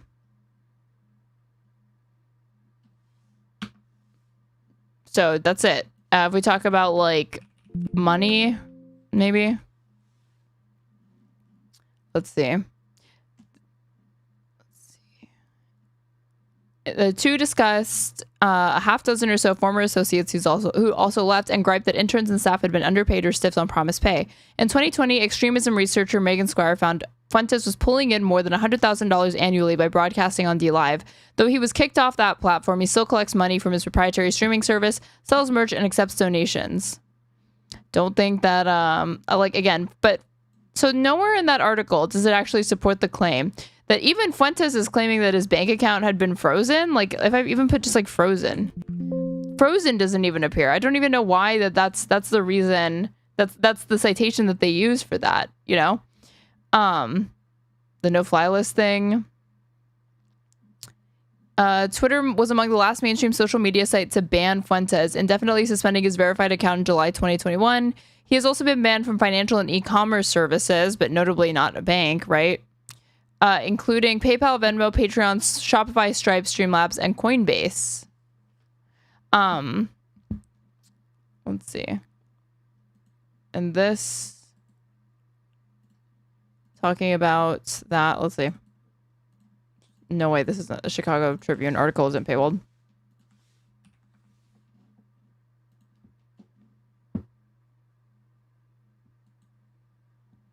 Does the streamer have an OF? Nope. Wrong place if you want that kind of content. Cancel proof. Activists are trying to get Nick Fuentes, a far-right video streamer from the western suburbs, kicked off the internet. It might be impossible.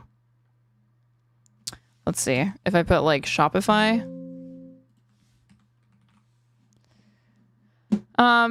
Fuentes has said he lost access to Facebook, Instagram, Apple's podcast app, TikTok, Discord, Clubhouse, Spotify, and DLive, along with business and consumer services like PayPal.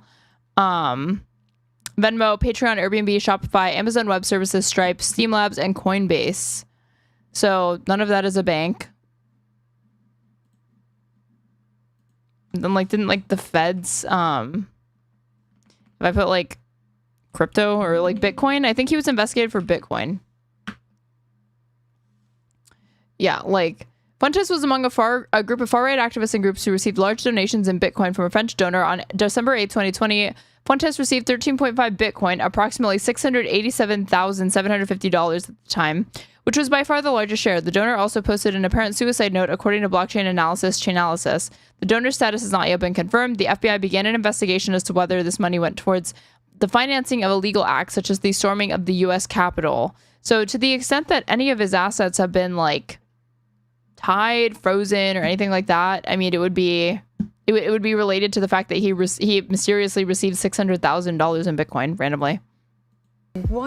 Oops, I had this open already. That's why. At one point, he was on a no-fly, guys. He has been debanked. He has been no, he has not been debanked.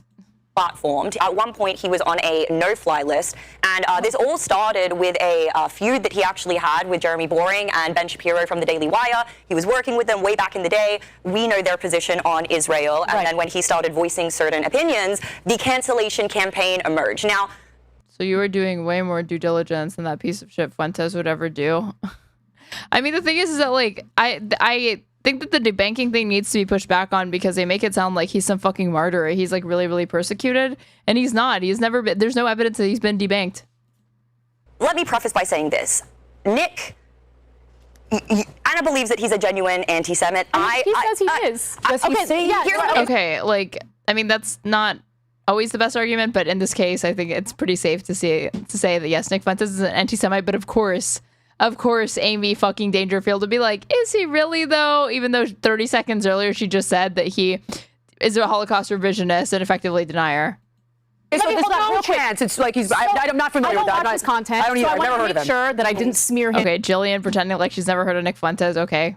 Even though I had my suspicions about who he really is. So I watched a bunch of his recent content. And the point of contention between him, Tucker Carlson, and Candace Owens. Tucker Carlson and Candace Owens are on one side, Nick is on the other, right?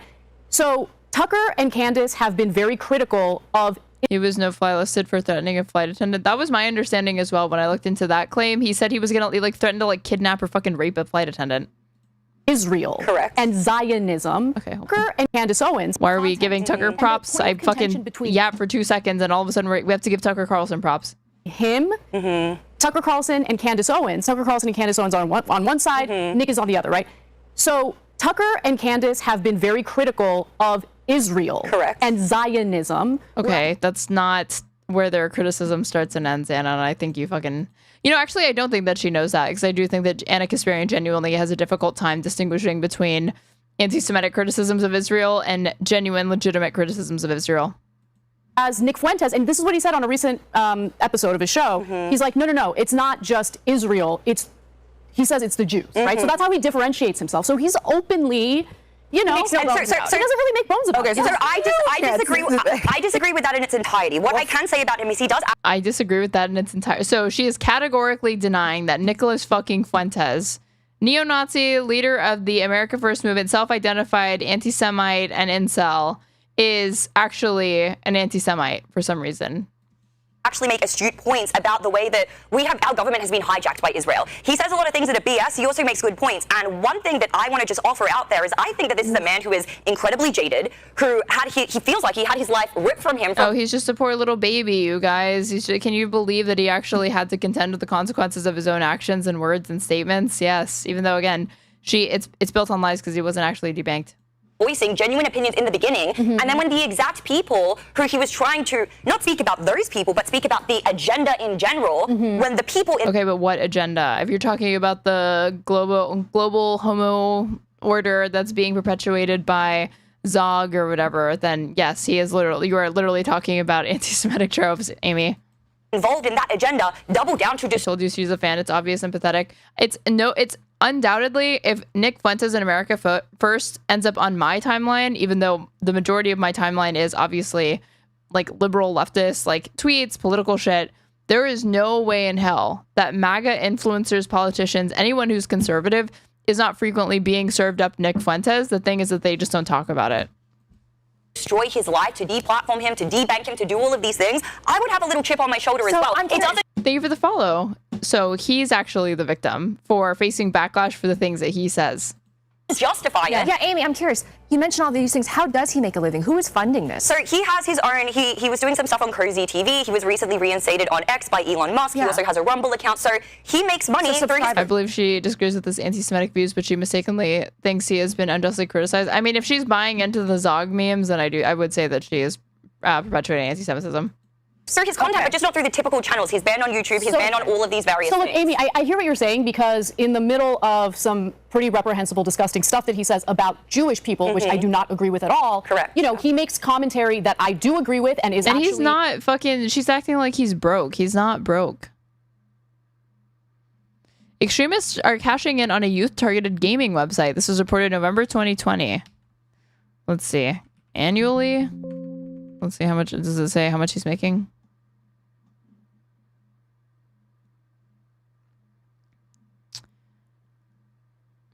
Let's see. Like Benjamin, the extremist squire identified to Hate Watch are people who have been suspended or removed from mainstream social media sites and payment processors. DLive is currently providing these figures a lifeline both to promote their content and making a living from it, Squire noted. Fuentes, a 22-year-old white nationalist who has promoted Holocaust denial on his shows and advocated for the use of state violence to kill protesters, cashed out a bit over $68,900 from April 16th through October 22nd on DLive, according to Squire's research. Though he has been suspended from websites and payment processors, including YouTube, Twitch, Reddit, Discord, PayPal, Streamlabs, TikTok, and Stripe, Fuentes is currently making $326 per day off DLive, roughly equal to a salary of $119,000 per year. Indeed, Squire found he brought in nearly $5,000 on election night alone. Fuentes loaned credence to Squire's findings on September 14th when he tweeted that he made over $75,000 per year, referring to the income threshold for a coronavirus stimulus check. So...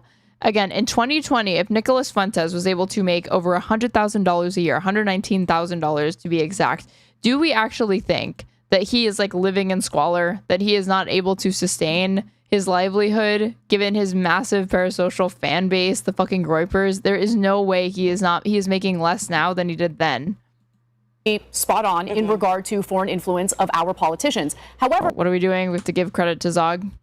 Of these various so look, Amy, I hear what you're saying, because in the middle of some pretty reprehensible, disgusting stuff that he says about Jewish people, which I do not agree with at all. Correct. You know, he makes commentary that I do agree with and is actually spot on in regard to foreign influence of our politicians. However, the good points, in my view, get muddled through hateful rhetoric. And for me, it's really... Gotta hand it to Nick Fuentes, Anna Kasparian, always fair and balanced.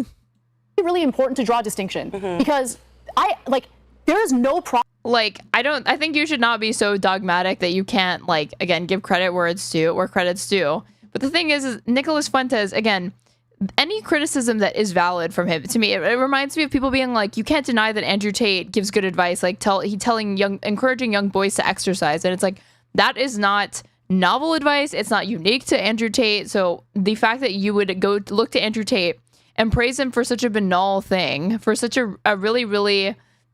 like trivial observation or recommendation like that is obviously suspect. And so, of course, praising Nicholas Fuentes for any criticism that might technically be true or might have some merit is always going to look horrible, because whatever it is that he's saying is probably not so fucking unique that you need to credit him with it. Problem with Jewish people at all, period. When we're being critical of Israel, we're being critical of the country, a political ideology of the government. And I don't want that to be conflated with hatred toward Jewish people. Right, listen to non-anti-Semites about how terrible Israel is. They're saying the same thing. Yeah, it looks fucking terrible that like, Anna's like, oh, maybe we can, like, I mean, she hasn't said this, but if you're giving props to a far-right neo-Nazi commentator for his criticisms of Israel, to not understand and realize that it's motivated first and foremost by anti-Semitism, and to think that you could have some genuine allyship that's not, and reach across the aisle to, and it's not going to be perceived as like, the left and right in America can't agree on a fucking thing except hating Jews, you're insane and delusional. Definitely is, though, and that's why people have to be so careful with that narrative. What I'm saying. You have to be careful. That's happening. I'm still kicking with the fact that the guy used the N-word. Is there? Did he actually say this? Or many times, many just casually. many Like, what's times. context? I mean, just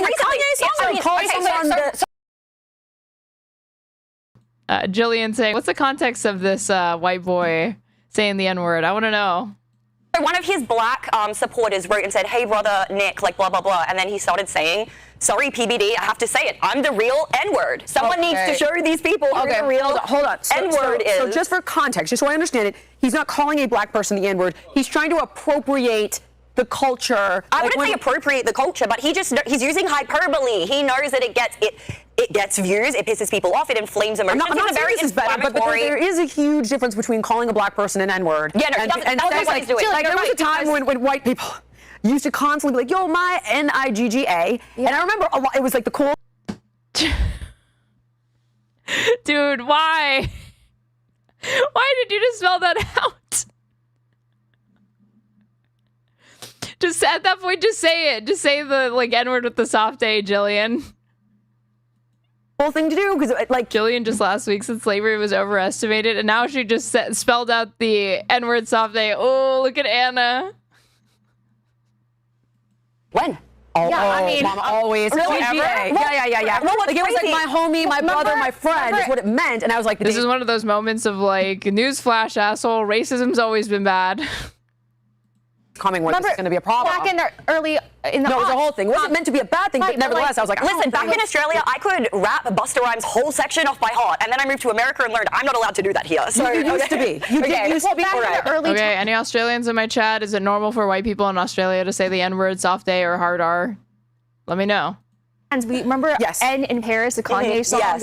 I'm not trying, and I'm not trying to say that this is right or wrong. I just needed clarity from my sanity if he was actually calling people the N-word. Look, I mean, you're right, Amy. He says things that are going to attract a lot of negative attention. He does it intentionally, and he can't be surprised when he gets negative attention, and there are consequences to it. I don't agree with someone being debanked. You literally destroy someone's life, even if they have disgusting, bigoted, racist views. This never happened, Dana. I wish you knew that. I think it has to be something very extreme, like, I don't know, engaging in like terrorism or something. They did it to Trump. Hold on real quick. We got to stay on topic because this is about the feud. Let's right? get into the next video. 100%. So Connor, let's queue up. So after this instance, Nick and Candace were beefing back and forth on X. She wanted to challenge him to a rematch. There were various things that were said, but let's just jump into this video where she joins Tucker Carlson, and this is really what escalated the feud. The only reason I know who he is because someone sent me a video a few years ago of him attacking me, and I was like, so I'm looking at this, and I'm like, well, first of all, this kid's really talented, like legit, and I can assess that just having done the job for so long. So it's like, wow, lots of talent, native talent, and he's attacking my dad as the CIA, his dad's in the CIA or whatever, and I'm like, well, that's no, untrue. Then my father dies, and I learn actually, was involved in that world. I was completely shocked by it. So no one has to believe me, but that's just a fact. Right. This was in March of this year. I'm like, well, how the hell would this child from Chicago, my dad was 84 when he passed. Like, who's this guy know my dad is? And like, he's in intelligence. Well, how would he know that? Yeah, so then Candace goes on to say, if it makes you feel any better, he accused me of being a Russian asset. And then what Tucker says, I find this a little bit odd. I believe in Tucker's integrity. I think he's a genuine person. He genuinely loves this country. You are a fucking brain dead moron if you actually think that Tucker Carlson, who the Dominion lawsuit in the Discovery literally found text messages from him where he's basically saying, I fucking hate Trump and I can't wait till he's gone because I don't want to have to say this shit anymore. So just like admitting to being a fucking grifter is genuine in his love for the country and what he says. Okay. I did find the comment a little bit odd, though. I don't know if you can find it to pull up later, Connor, where he says, well, you would be more likely to be a Russian asset than I would be likely to be in the CIA because I really hate the CIA, which I feel like was a little bit of a low blow to Candace. But then he says something that really ruffled Nick Fuentes' feathers, and it's this. Yes, let's go ahead and play that one, please. Either A, it's being driven from like a little boy insecurity, and he just was so worried that he like just went on the attack because he doesn't know how to have normal relations after being banned everywhere. Well, I think there's that could be one element. The angry gay kid thing going on. Yeah.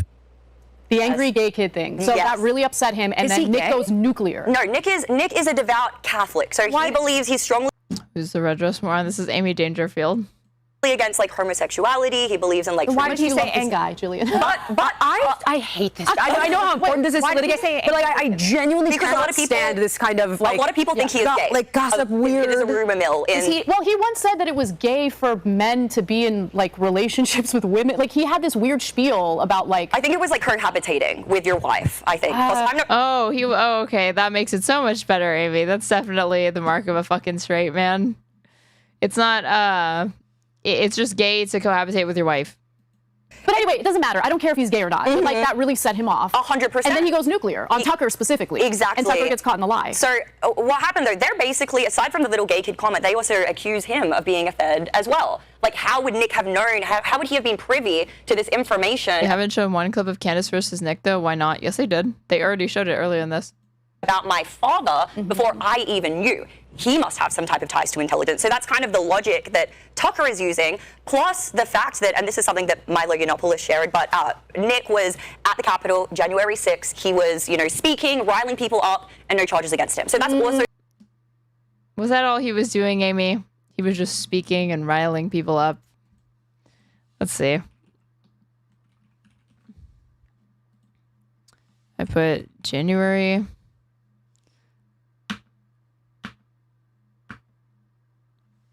Fuentes was among the far-right individuals and groups who participated in the rallies that led up to the January 6th United States Capitol attack at a pro-Trump protest in Washington, D.C. In December 2020, Fuentes led a crowd to chant, "Destroy the GOP," and encouraged them to sit out the United States Senate special runoff election in Georgia. In February 2021, a video of his speech was played during the second impeachment trial of Donald Trump by House Delegate Stacey Plaskett. Let's see, what did he do at the Capitol, though?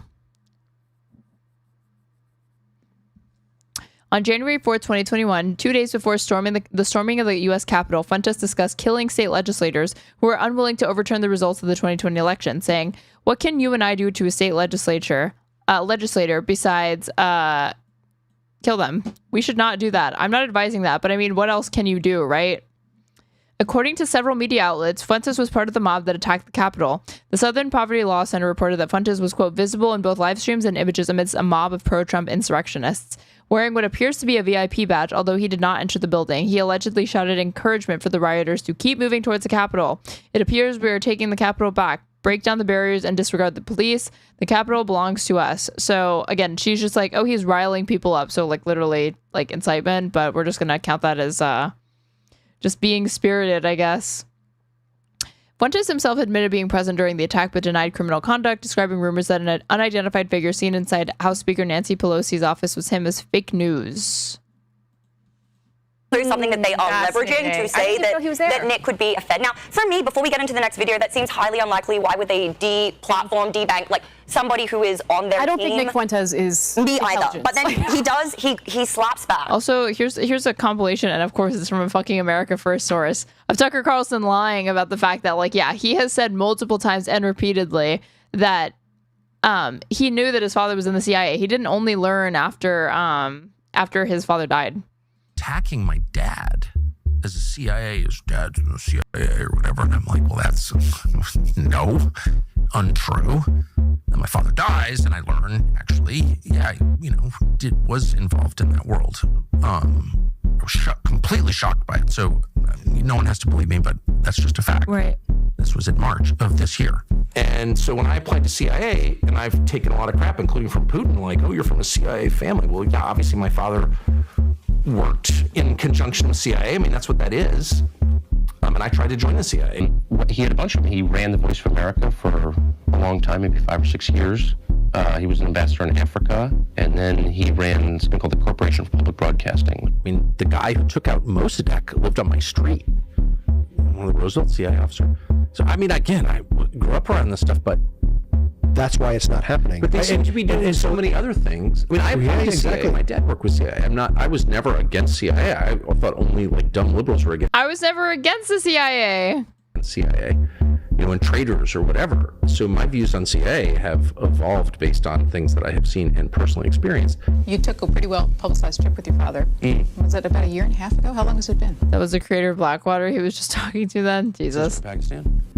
Down to Nicaragua for the summer and work and, get involved in the war, and support the side that we thought was right. Where you got left behind for a couple of days. Oh, no, that was when I went to Vietnam with John McCain. Yeah, I had that hassle at the airport. And are you still traveling with your father on trips? We spent the summer in Nicaragua trying to get a sense of the war there, and all kinds of hilarity ensued. But, dude, that is like just 2 minutes and 13 seconds of this bull-faced lie. The fact that he has just never he was shocked to discover that his father's in the CIA after his death.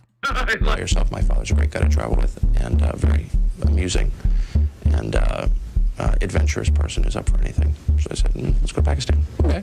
And we have the internet to expose the lies. If this isn't 20 years ago when you were on CNN, and we couldn't expose things, we can expose it now, and they still do it. Well, I guess I would ask myself, like, I mean, I lie. If I'm really cornered or something, I lie. I try never to lie on TV. I just don't, I don't like lying. I certainly do it, out of weakness or whatever. The most honest thing he said, admitting to lying.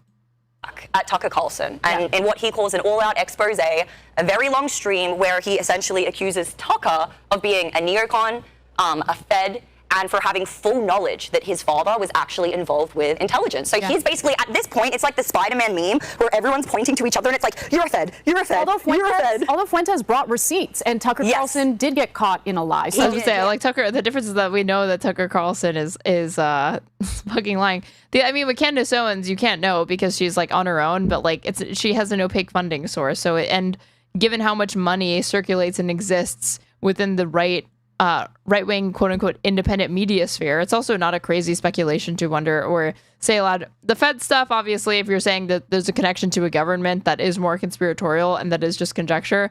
But I think it's not basis speculation to think that these massive right-wing figures have substantial donors. Yeah, something is going on. I never follow this guy's content, but he's suddenly all over my X feed. I've never seen That's what I'm telling you guys. It's blowing up in the national conversation. So let's go ahead and play this next clip, please. Between me and Tucker, one of us is going to call the other gay. I mean, really? Like, let's just stop with the pretense. I don't get what that means. Me and Tucker, I don't think either of us are the epitome of like macho alpha males. You're going to call me gay and then you're going to go, oh, like, really? That's pretty funny. Yeah, that's good. Daddy's boy Tucker with the girls laugh. You're calling me gay? I don't think any of us really have a leg to stand on that one. He's actually doing damage to Tucker, like significant damage. Do you have that clip where we talk about can I the ask a CIA question? ties more Yes. specifically? Here's what I don't understand. Why is this blowing up in the national conversation? What are we meant to take away from this? Well, really, there's like now this. I actually think that it's disturbing because I do see Nick Fuentes as different from Tucker Carlson. Tucker Carlson used to be a neocon, and he's been remorseful about that. He has been. Absolutely remorseful about that. Okay, show me where. Show me him actually fucking apologizing, Anna. Where is this exactly? Or did he just update his talking points because he can see which way the winds are blowing and he sees the opportunity to corner the niche of like America First, MAGA anti-Semites that are like, and to position himself as like the less crazy, less overtly anti-Semitic one, like Fuentes. And so he is not anti-Semitic. He has not said anything negative about Jewish people, but he is critical of Israel's government. Nick on the Tucker, yeah, with you. And Candace kind of falls in that camp, although she said some stuff in the past. Anyway, putting that aside. Then with Nick, and he has said this recently. Did she just say that Candace Owens is not anti-Semitic? People, but he is critical of Israel's government. Nick on the Tucker, yeah, with you. And Candace kind of falls in that camp, although she said some stuff in the past. Anyway, putting that aside. Oh my God, it's not ambiguous as to whether or not Candace fucking Owens is an anti-Semite. Candace Owens has literally done the fucking like Israel killed JFK memes, like just like textbook, and literally said like, why do people care about like Mengele experiments or whatever? What was it? Hold on, Candace Owens Nazi Holocaust like Mengele experiments. If I put like a New York Post. Yeah, Candace Owens calls Mengele's Holocaust experiments bizarre propaganda and latest anti-Semitic scandal. They experimented on twins. I mean, some of the stories, by the way, sound completely absurd. I mean, like the idea that they just like cut a human up and then sewed them back together. Why would you do that? Literally, even if you're the most evil person in the world, that's a tremendous waste of time and supplies. Just slice a person in half and sew them together. That just sounds like bizarre propaganda. But let's just go with it. Let's say that that's actually true. Okay, that experimentation is the thing that sets the Nazis apart. Well, why did we bring them all over here thereafter? Then with Nick, and he has said this recently, what sets me apart from Tucker and Candace is I blame the Jews, right? And so that. Okay, is this the? Hold on, I think. It's like the. It's almost. Hold on. Where's this music coming from? What is this? Sorry, the New York Post thing. Okay, here it is.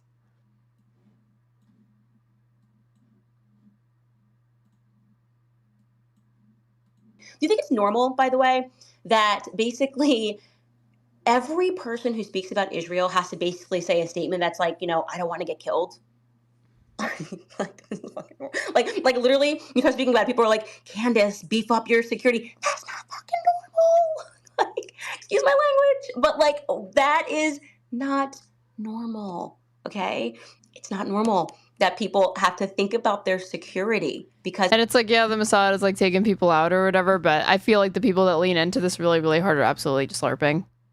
And by the way, so normal that then the way that you get comfortable with it is you're like, well, you know, they shot JFK in an open car, so there's not, I mean, he was a sitting president. I mean, obviously my security doesn't really matter. If they want me, they're going to get me. That's not a normal thought process to have. We don't have that about any other country in the world. She ever realized bliss? I think it's just a really, really bad quality.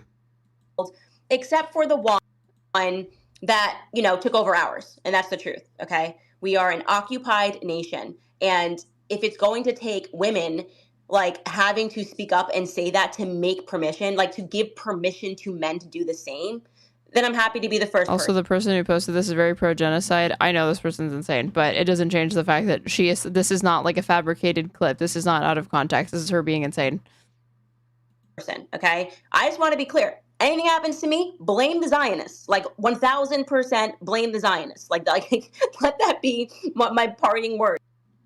Like, I do think that someone like Candace Owens genuinely is the person that actually uses Zionists as a dog whistle and proxy for just saying all Jewish people. She doesn't only mean Zionists. Almost like a competition, and I'm worried because Nick did catch Tucker Carlson in a lie. It turns out he actually did know about his father. Yeah, I saw the montage of all the clips. Like a year ago, he was talking about it on the Sean Ryan show. We're going to show the clip in just a minute. And since he got caught in that lie, now a bunch of people in Tucker's audience have turned on him. They think he's CIA. And that has increased the popularity of Nick Fuentes. As we can see evidence by this. Let's pull this up right now. We can see that Nick's response video to Tucker and Candace, two of some of the biggest names in conservative media, like it outperformed their segment by nearly double. Yeah. So Tucker Carlson segment has, what is it, 27,000 likes. Fuentes going off on him is 44,000. But I mean, Tucker Carlson obviously has more name recognition, more subscribers, more viewers, is one of the top podcast hosts on YouTube as far as political podcasts go. So I don't think that like Fuentes, like an account posting a Fuentes clip getting more engagement on one discrete post means that like there's, you know, Tucker is actually in serious competition with Nick Fuentes. So this guy is catching a lot of attention right now. One thing I just want to mention is that Nick has been talking about this stuff long before it became acceptable and cool. He was questioning what's acceptable and cool. Well, oh my god, am I gonna have to fucking agree with Jillian? Yes, Nick Fuentes was a Zionist long before, or like a Zionist was an anti-Semite long before there was the opportunity to position oneself as a Zionist when they're just an anti-Semite. Carefully cool. Yeah, and I don't mean cool in the literal sense. I mean, it's trendy right now for people to be critical of Israel. People are seeing it. We have a gang mentality, a herd mentality. People need to see that it's okay to talk about something, question something. I think it's like she is absolutely 100% right that people label critics of Israel anti-Semites disingenuously. They weaponize allegations of anti-Semitism to quell critical discussion of Israel, Israeli state policy, etc. To use Nick Fuentes as an example of somebody who is persecuted simply for criticizing Israel and not because of the shit that he says, does, believes, etc., and for being a genuine Holocaust denier and anti-Semite and white nationalist is so fucking stupid. Like, you are literally helping the Zionist position by doing this. Before they start injecting their own opinions. I think it's really interesting that Tucker isn't just getting it from Nick. He's getting it from people like Laura Loomer, who's accusing Tucker, I think, baselessly, with respect to being a Qatari agent. Well, okay, here's the thing. Laura Loomer is a neocon, even though she purports not to be, or is in favor of neocons, at least. She claims she's against them and is, like, purging Trump's administration of them. That is not true. And out of the two, in terms of who would be taken seriously in terms of criticism of the Israeli government, obviously Tucker Carlson has more credibility because he doesn't just wrap it into, oh, it's the Jews. He's being critical of, he's being precise and critical of the government. I think that's precisely why people are coming after him. Yes, exactly. So well, I'm like, I think it's good for me to say it too, because I also just want to say something. And oh my god, these two fucking, again, like all it looks like is like, wow, the far left and the far right can finally come together. And I'm not that Anna's the far left, right? But she's understood to be more on the left, more liberal, right? It's nice to see that, again, right wing and, you know, conservative people and liberal people can all come. They don't agree on anything, but they can come together to agree Jews bad and agree on anti-Semitism. You and I have butted heads over Israel in the past. I mean, we've been doing the show for a number of months now. Again, I'm actually famously known for changing my mind. My mind has changed even. Nick is not against anti-Semites. He's just getting sick of fighting the lies 24/7. All right, time for your daily timeout. Male Rights USA. Have fun. Since the first episode of this show. I think a lot of people Tucker still hasn't even criticized Israel. He just brings on guests because he knows where the electorate is moving, but he still hasn't said anything himself. Yeah, he just does the most that he said is like, hold on, if I do like Tucker, he like connects, he says that like Epstein and was tied to the Mossad. I put Tucker Carlson, Mediaite, Turning Points, USA.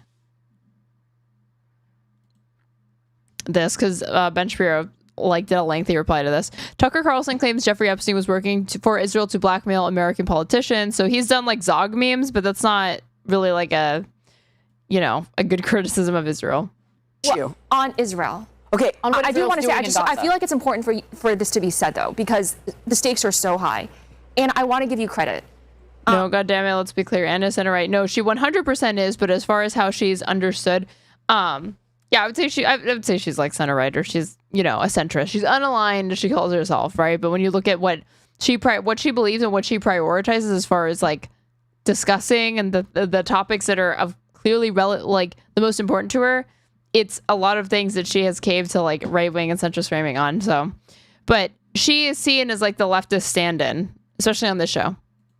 And the situation has only solidified your perspective. At the start of the show, I was willing to give Israel some benefit of the doubt. I just was. But I also want to be clear, this has nothing to do. In fact, Israelis are. Speaking of people who see, which way the fucking wind is blowing and how the tides are turning on Israel, we are watching live Lindy Lee update her position, and she is now going to pretend like she was critical of Israel this entire time, even though just a few episodes ago she was pearl clutching over Zoran, not disavowing a statement that he never said, which was from the river to the sea, Palestine, or no, globalize the Intifada. And we're going to pretend like she didn't smear him as an anti-Semite as well, disingenuously. They're protesting against Bibi Netanyahu. My problem was with this. In fact, give Israel some benefit of the doubt. I just was. Lindy, the ultimate weather vane. But I also want to be clear, this has nothing to do. In fact, Israelis are protesting against Bibi Netanyahu. My problem. Yeah, but not for humanitarian reasons. They want the hostages back, and they think he's corrupt. That's it. With his regime and the two. I wish we could say his party, because his party is a huge problem. I have to admit, huge problem. You guys bring up things that are alarming. So it's like it's trendy to bash Israel, and you're seeing it play out in hate crimes, and then it transcends into then the Jews and. It's not I'm not saying that it's an endorsement of what's happening. It's an astute observation. I know you're not. We can see the anti-Semitic rhetoric increasing as well as legitimate criticism simultaneously. Dangerous. This panel is on this particular topic just filled with a bunch of annoying people. The issue with Nick is his message gets so watered down. Because Jillian immediately starts equating like genuine, like trying to close off the possibility of like genuine criticism not just being rooted in anti-Semitism or, oh, you're doing a double standard against Israel or whatever. Discredited by lumping in all of that rhetoric. No one's going to take him seriously. And so I is globalize the Intifada not an extremist position? I mean, it's not a position. It's like a fucking slogan. I don't want legitimate voices on the right to be destroyed because. And it's a slogan that Zoran Mamdani never said, but was made to disavow for whatever reason.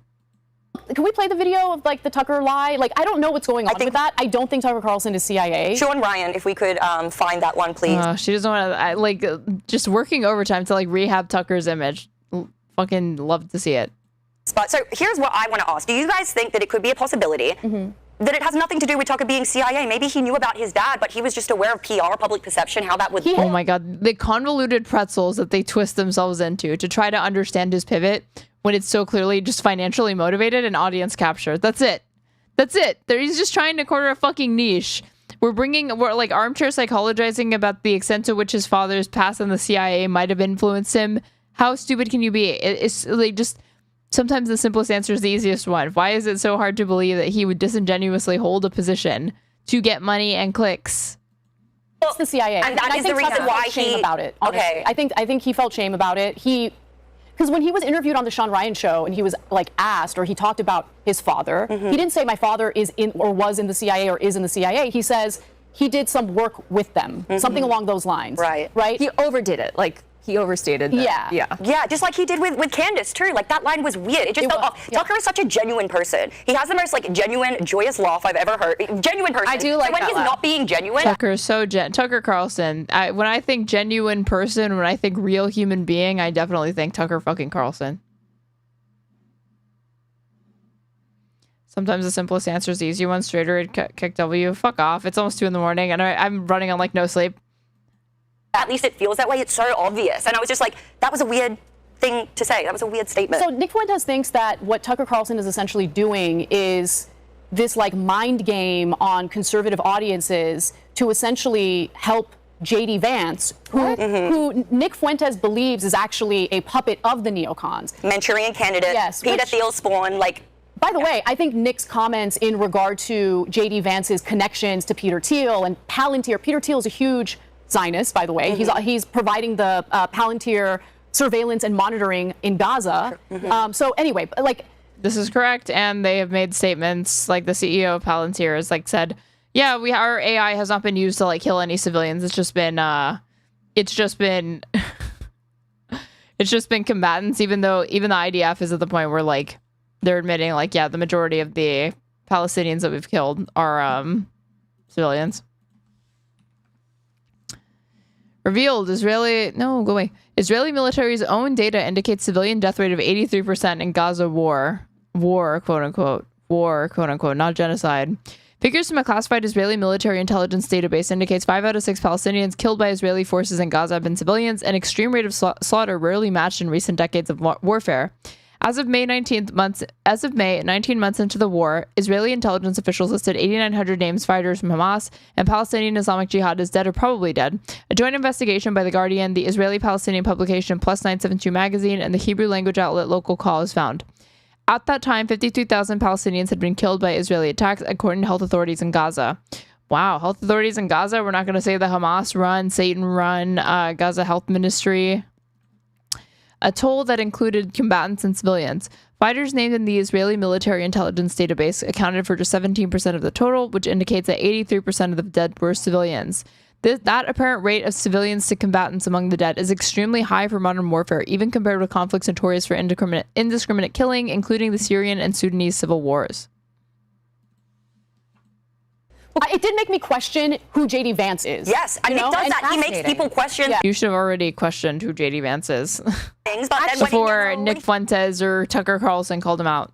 He lumps in all of this terrible rhetoric at the same time, like you said, criticizing Jewish people. It discredits the narrative, and people aren't going to take him seriously. I want to say one more thing, and this can beget as much anger and upset and controversy as you guys want to throw my way. But I asked Bari Weiss about Zionism, and she... Oh my God. Okay, yeah, you're about to deserve every single fucking bit of criticism you get, that you unironically just cited Bari Weiss as not only an authority on anything, but on this particular fucking topic. Yes, you should be laughed out of the fucking room in a way that you graciously weren't by those other CNN panelists when you were doing slavery apologia.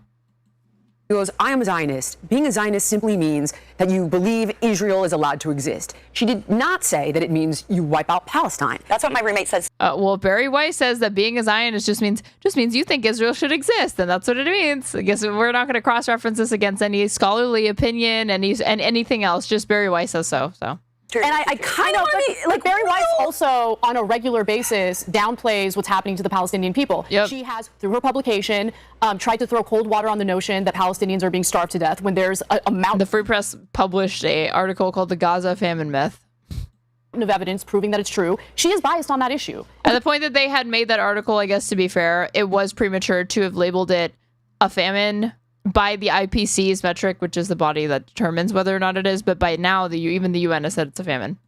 And by the way, CBS News, which is poised to buy the Free Press for $250 million. Wait, are you serious? Yeah. By the way, $250 million for that fucking rag, even though it's clearly not worth it. I don't mind her being successful. I like that she left the New York Times. But that's how I'm bringing it up. You're right. Okay, Go I'm ahead. bringing it up because the incoming CEO of CBS, remember they merged, there was a big CBS merger. He's very open and honest about how he wants to buy the free press because of its pro-Israel bias. What's his name? It's fine, I'm forgetting, Altman, something Altman. Okay. Anyway, I'm forgetting his first name. Long story short, she is biased, and so I wouldn't really lean too heavily on her take on what's happening in Gaza. Well, we're all biased, but she's incorrect, more importantly. No, not her take. The definition of that word is what I'm trying to sort of be very delicate with, because by her reporting does not lead me to believe that she is serious in being honest about what's happening. She was fair when she did my podcast, and she was very fair. What? Isn't that nice for you, Jillian? No way. She did your podcast, or you're grateful. Now you're fucking like. It all makes sense now. Netanyahu was far from perfect. Netanyahu is a war criminal. She was, in my opinion. Wow, she says Netanyahu bad. Oh my God, she's a great advocate for Palestinians and Israelis. And she was fair.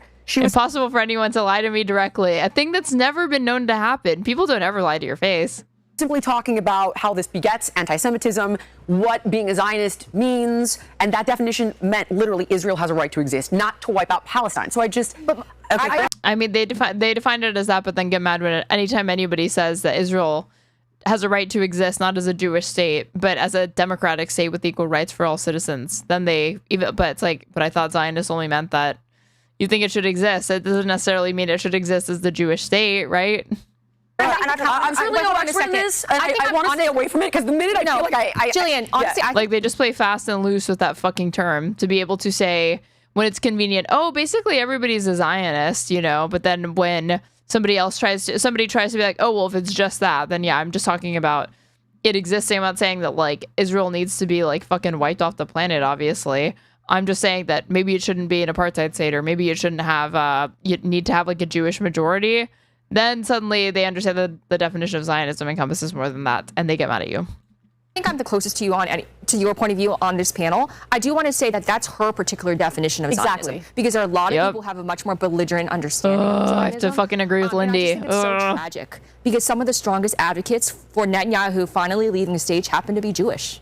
And they get lost. Right. Well, and this is the same conversation, but this harkens way back a week ago to me saying there were also good white people that were trying to end slavery. Yeah. I know.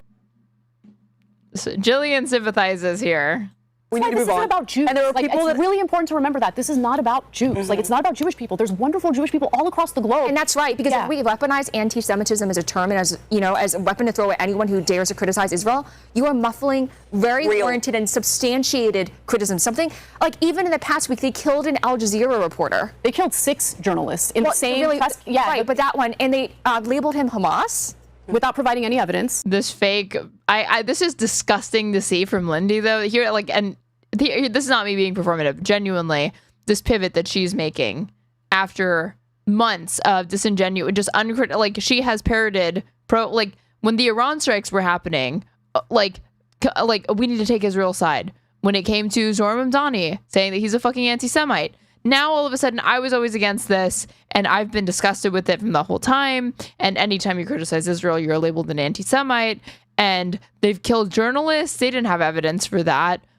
Like, as if she wouldn't be saying something completely fucking different if the tide wasn't, if opinions on Israel were still somewhat positive. Right. And we're all waiting for it. Like, and it's not just that. For the Likud party and for one day everyone will have always been against this, of course, and you already see it happening now. Zionists need to move on. Within Israel, they want to expand. Well, let's roll into Israel. Actually, I know we do, but it's such an interesting conversation. I've been having a hesitancy to move it forward, but it. Just checked it. Sam Altman didn't make sense. David Ellison, the CEO of Skydance Media, was looking to purchase the Free Press. Yeah, they said Altman, and I was thinking, like, I feel like I would know if it was Sam Altman. Okay, we're not gonna do. It's almost 2 a.m. You guys, almost 2 a.m. And I will finish her take tomorrow, or see what the hell Pisco wants to do later in the week if he wants to get in on some of this. Probably not. Probably rather lobotomize himself. But before I head off for the night, if you're watching on Twitch and you're not following me yet, please go ahead and do so. I stream every single day practically at varying times to lots of different things, mostly political content. And you can also subscribe to me if you want.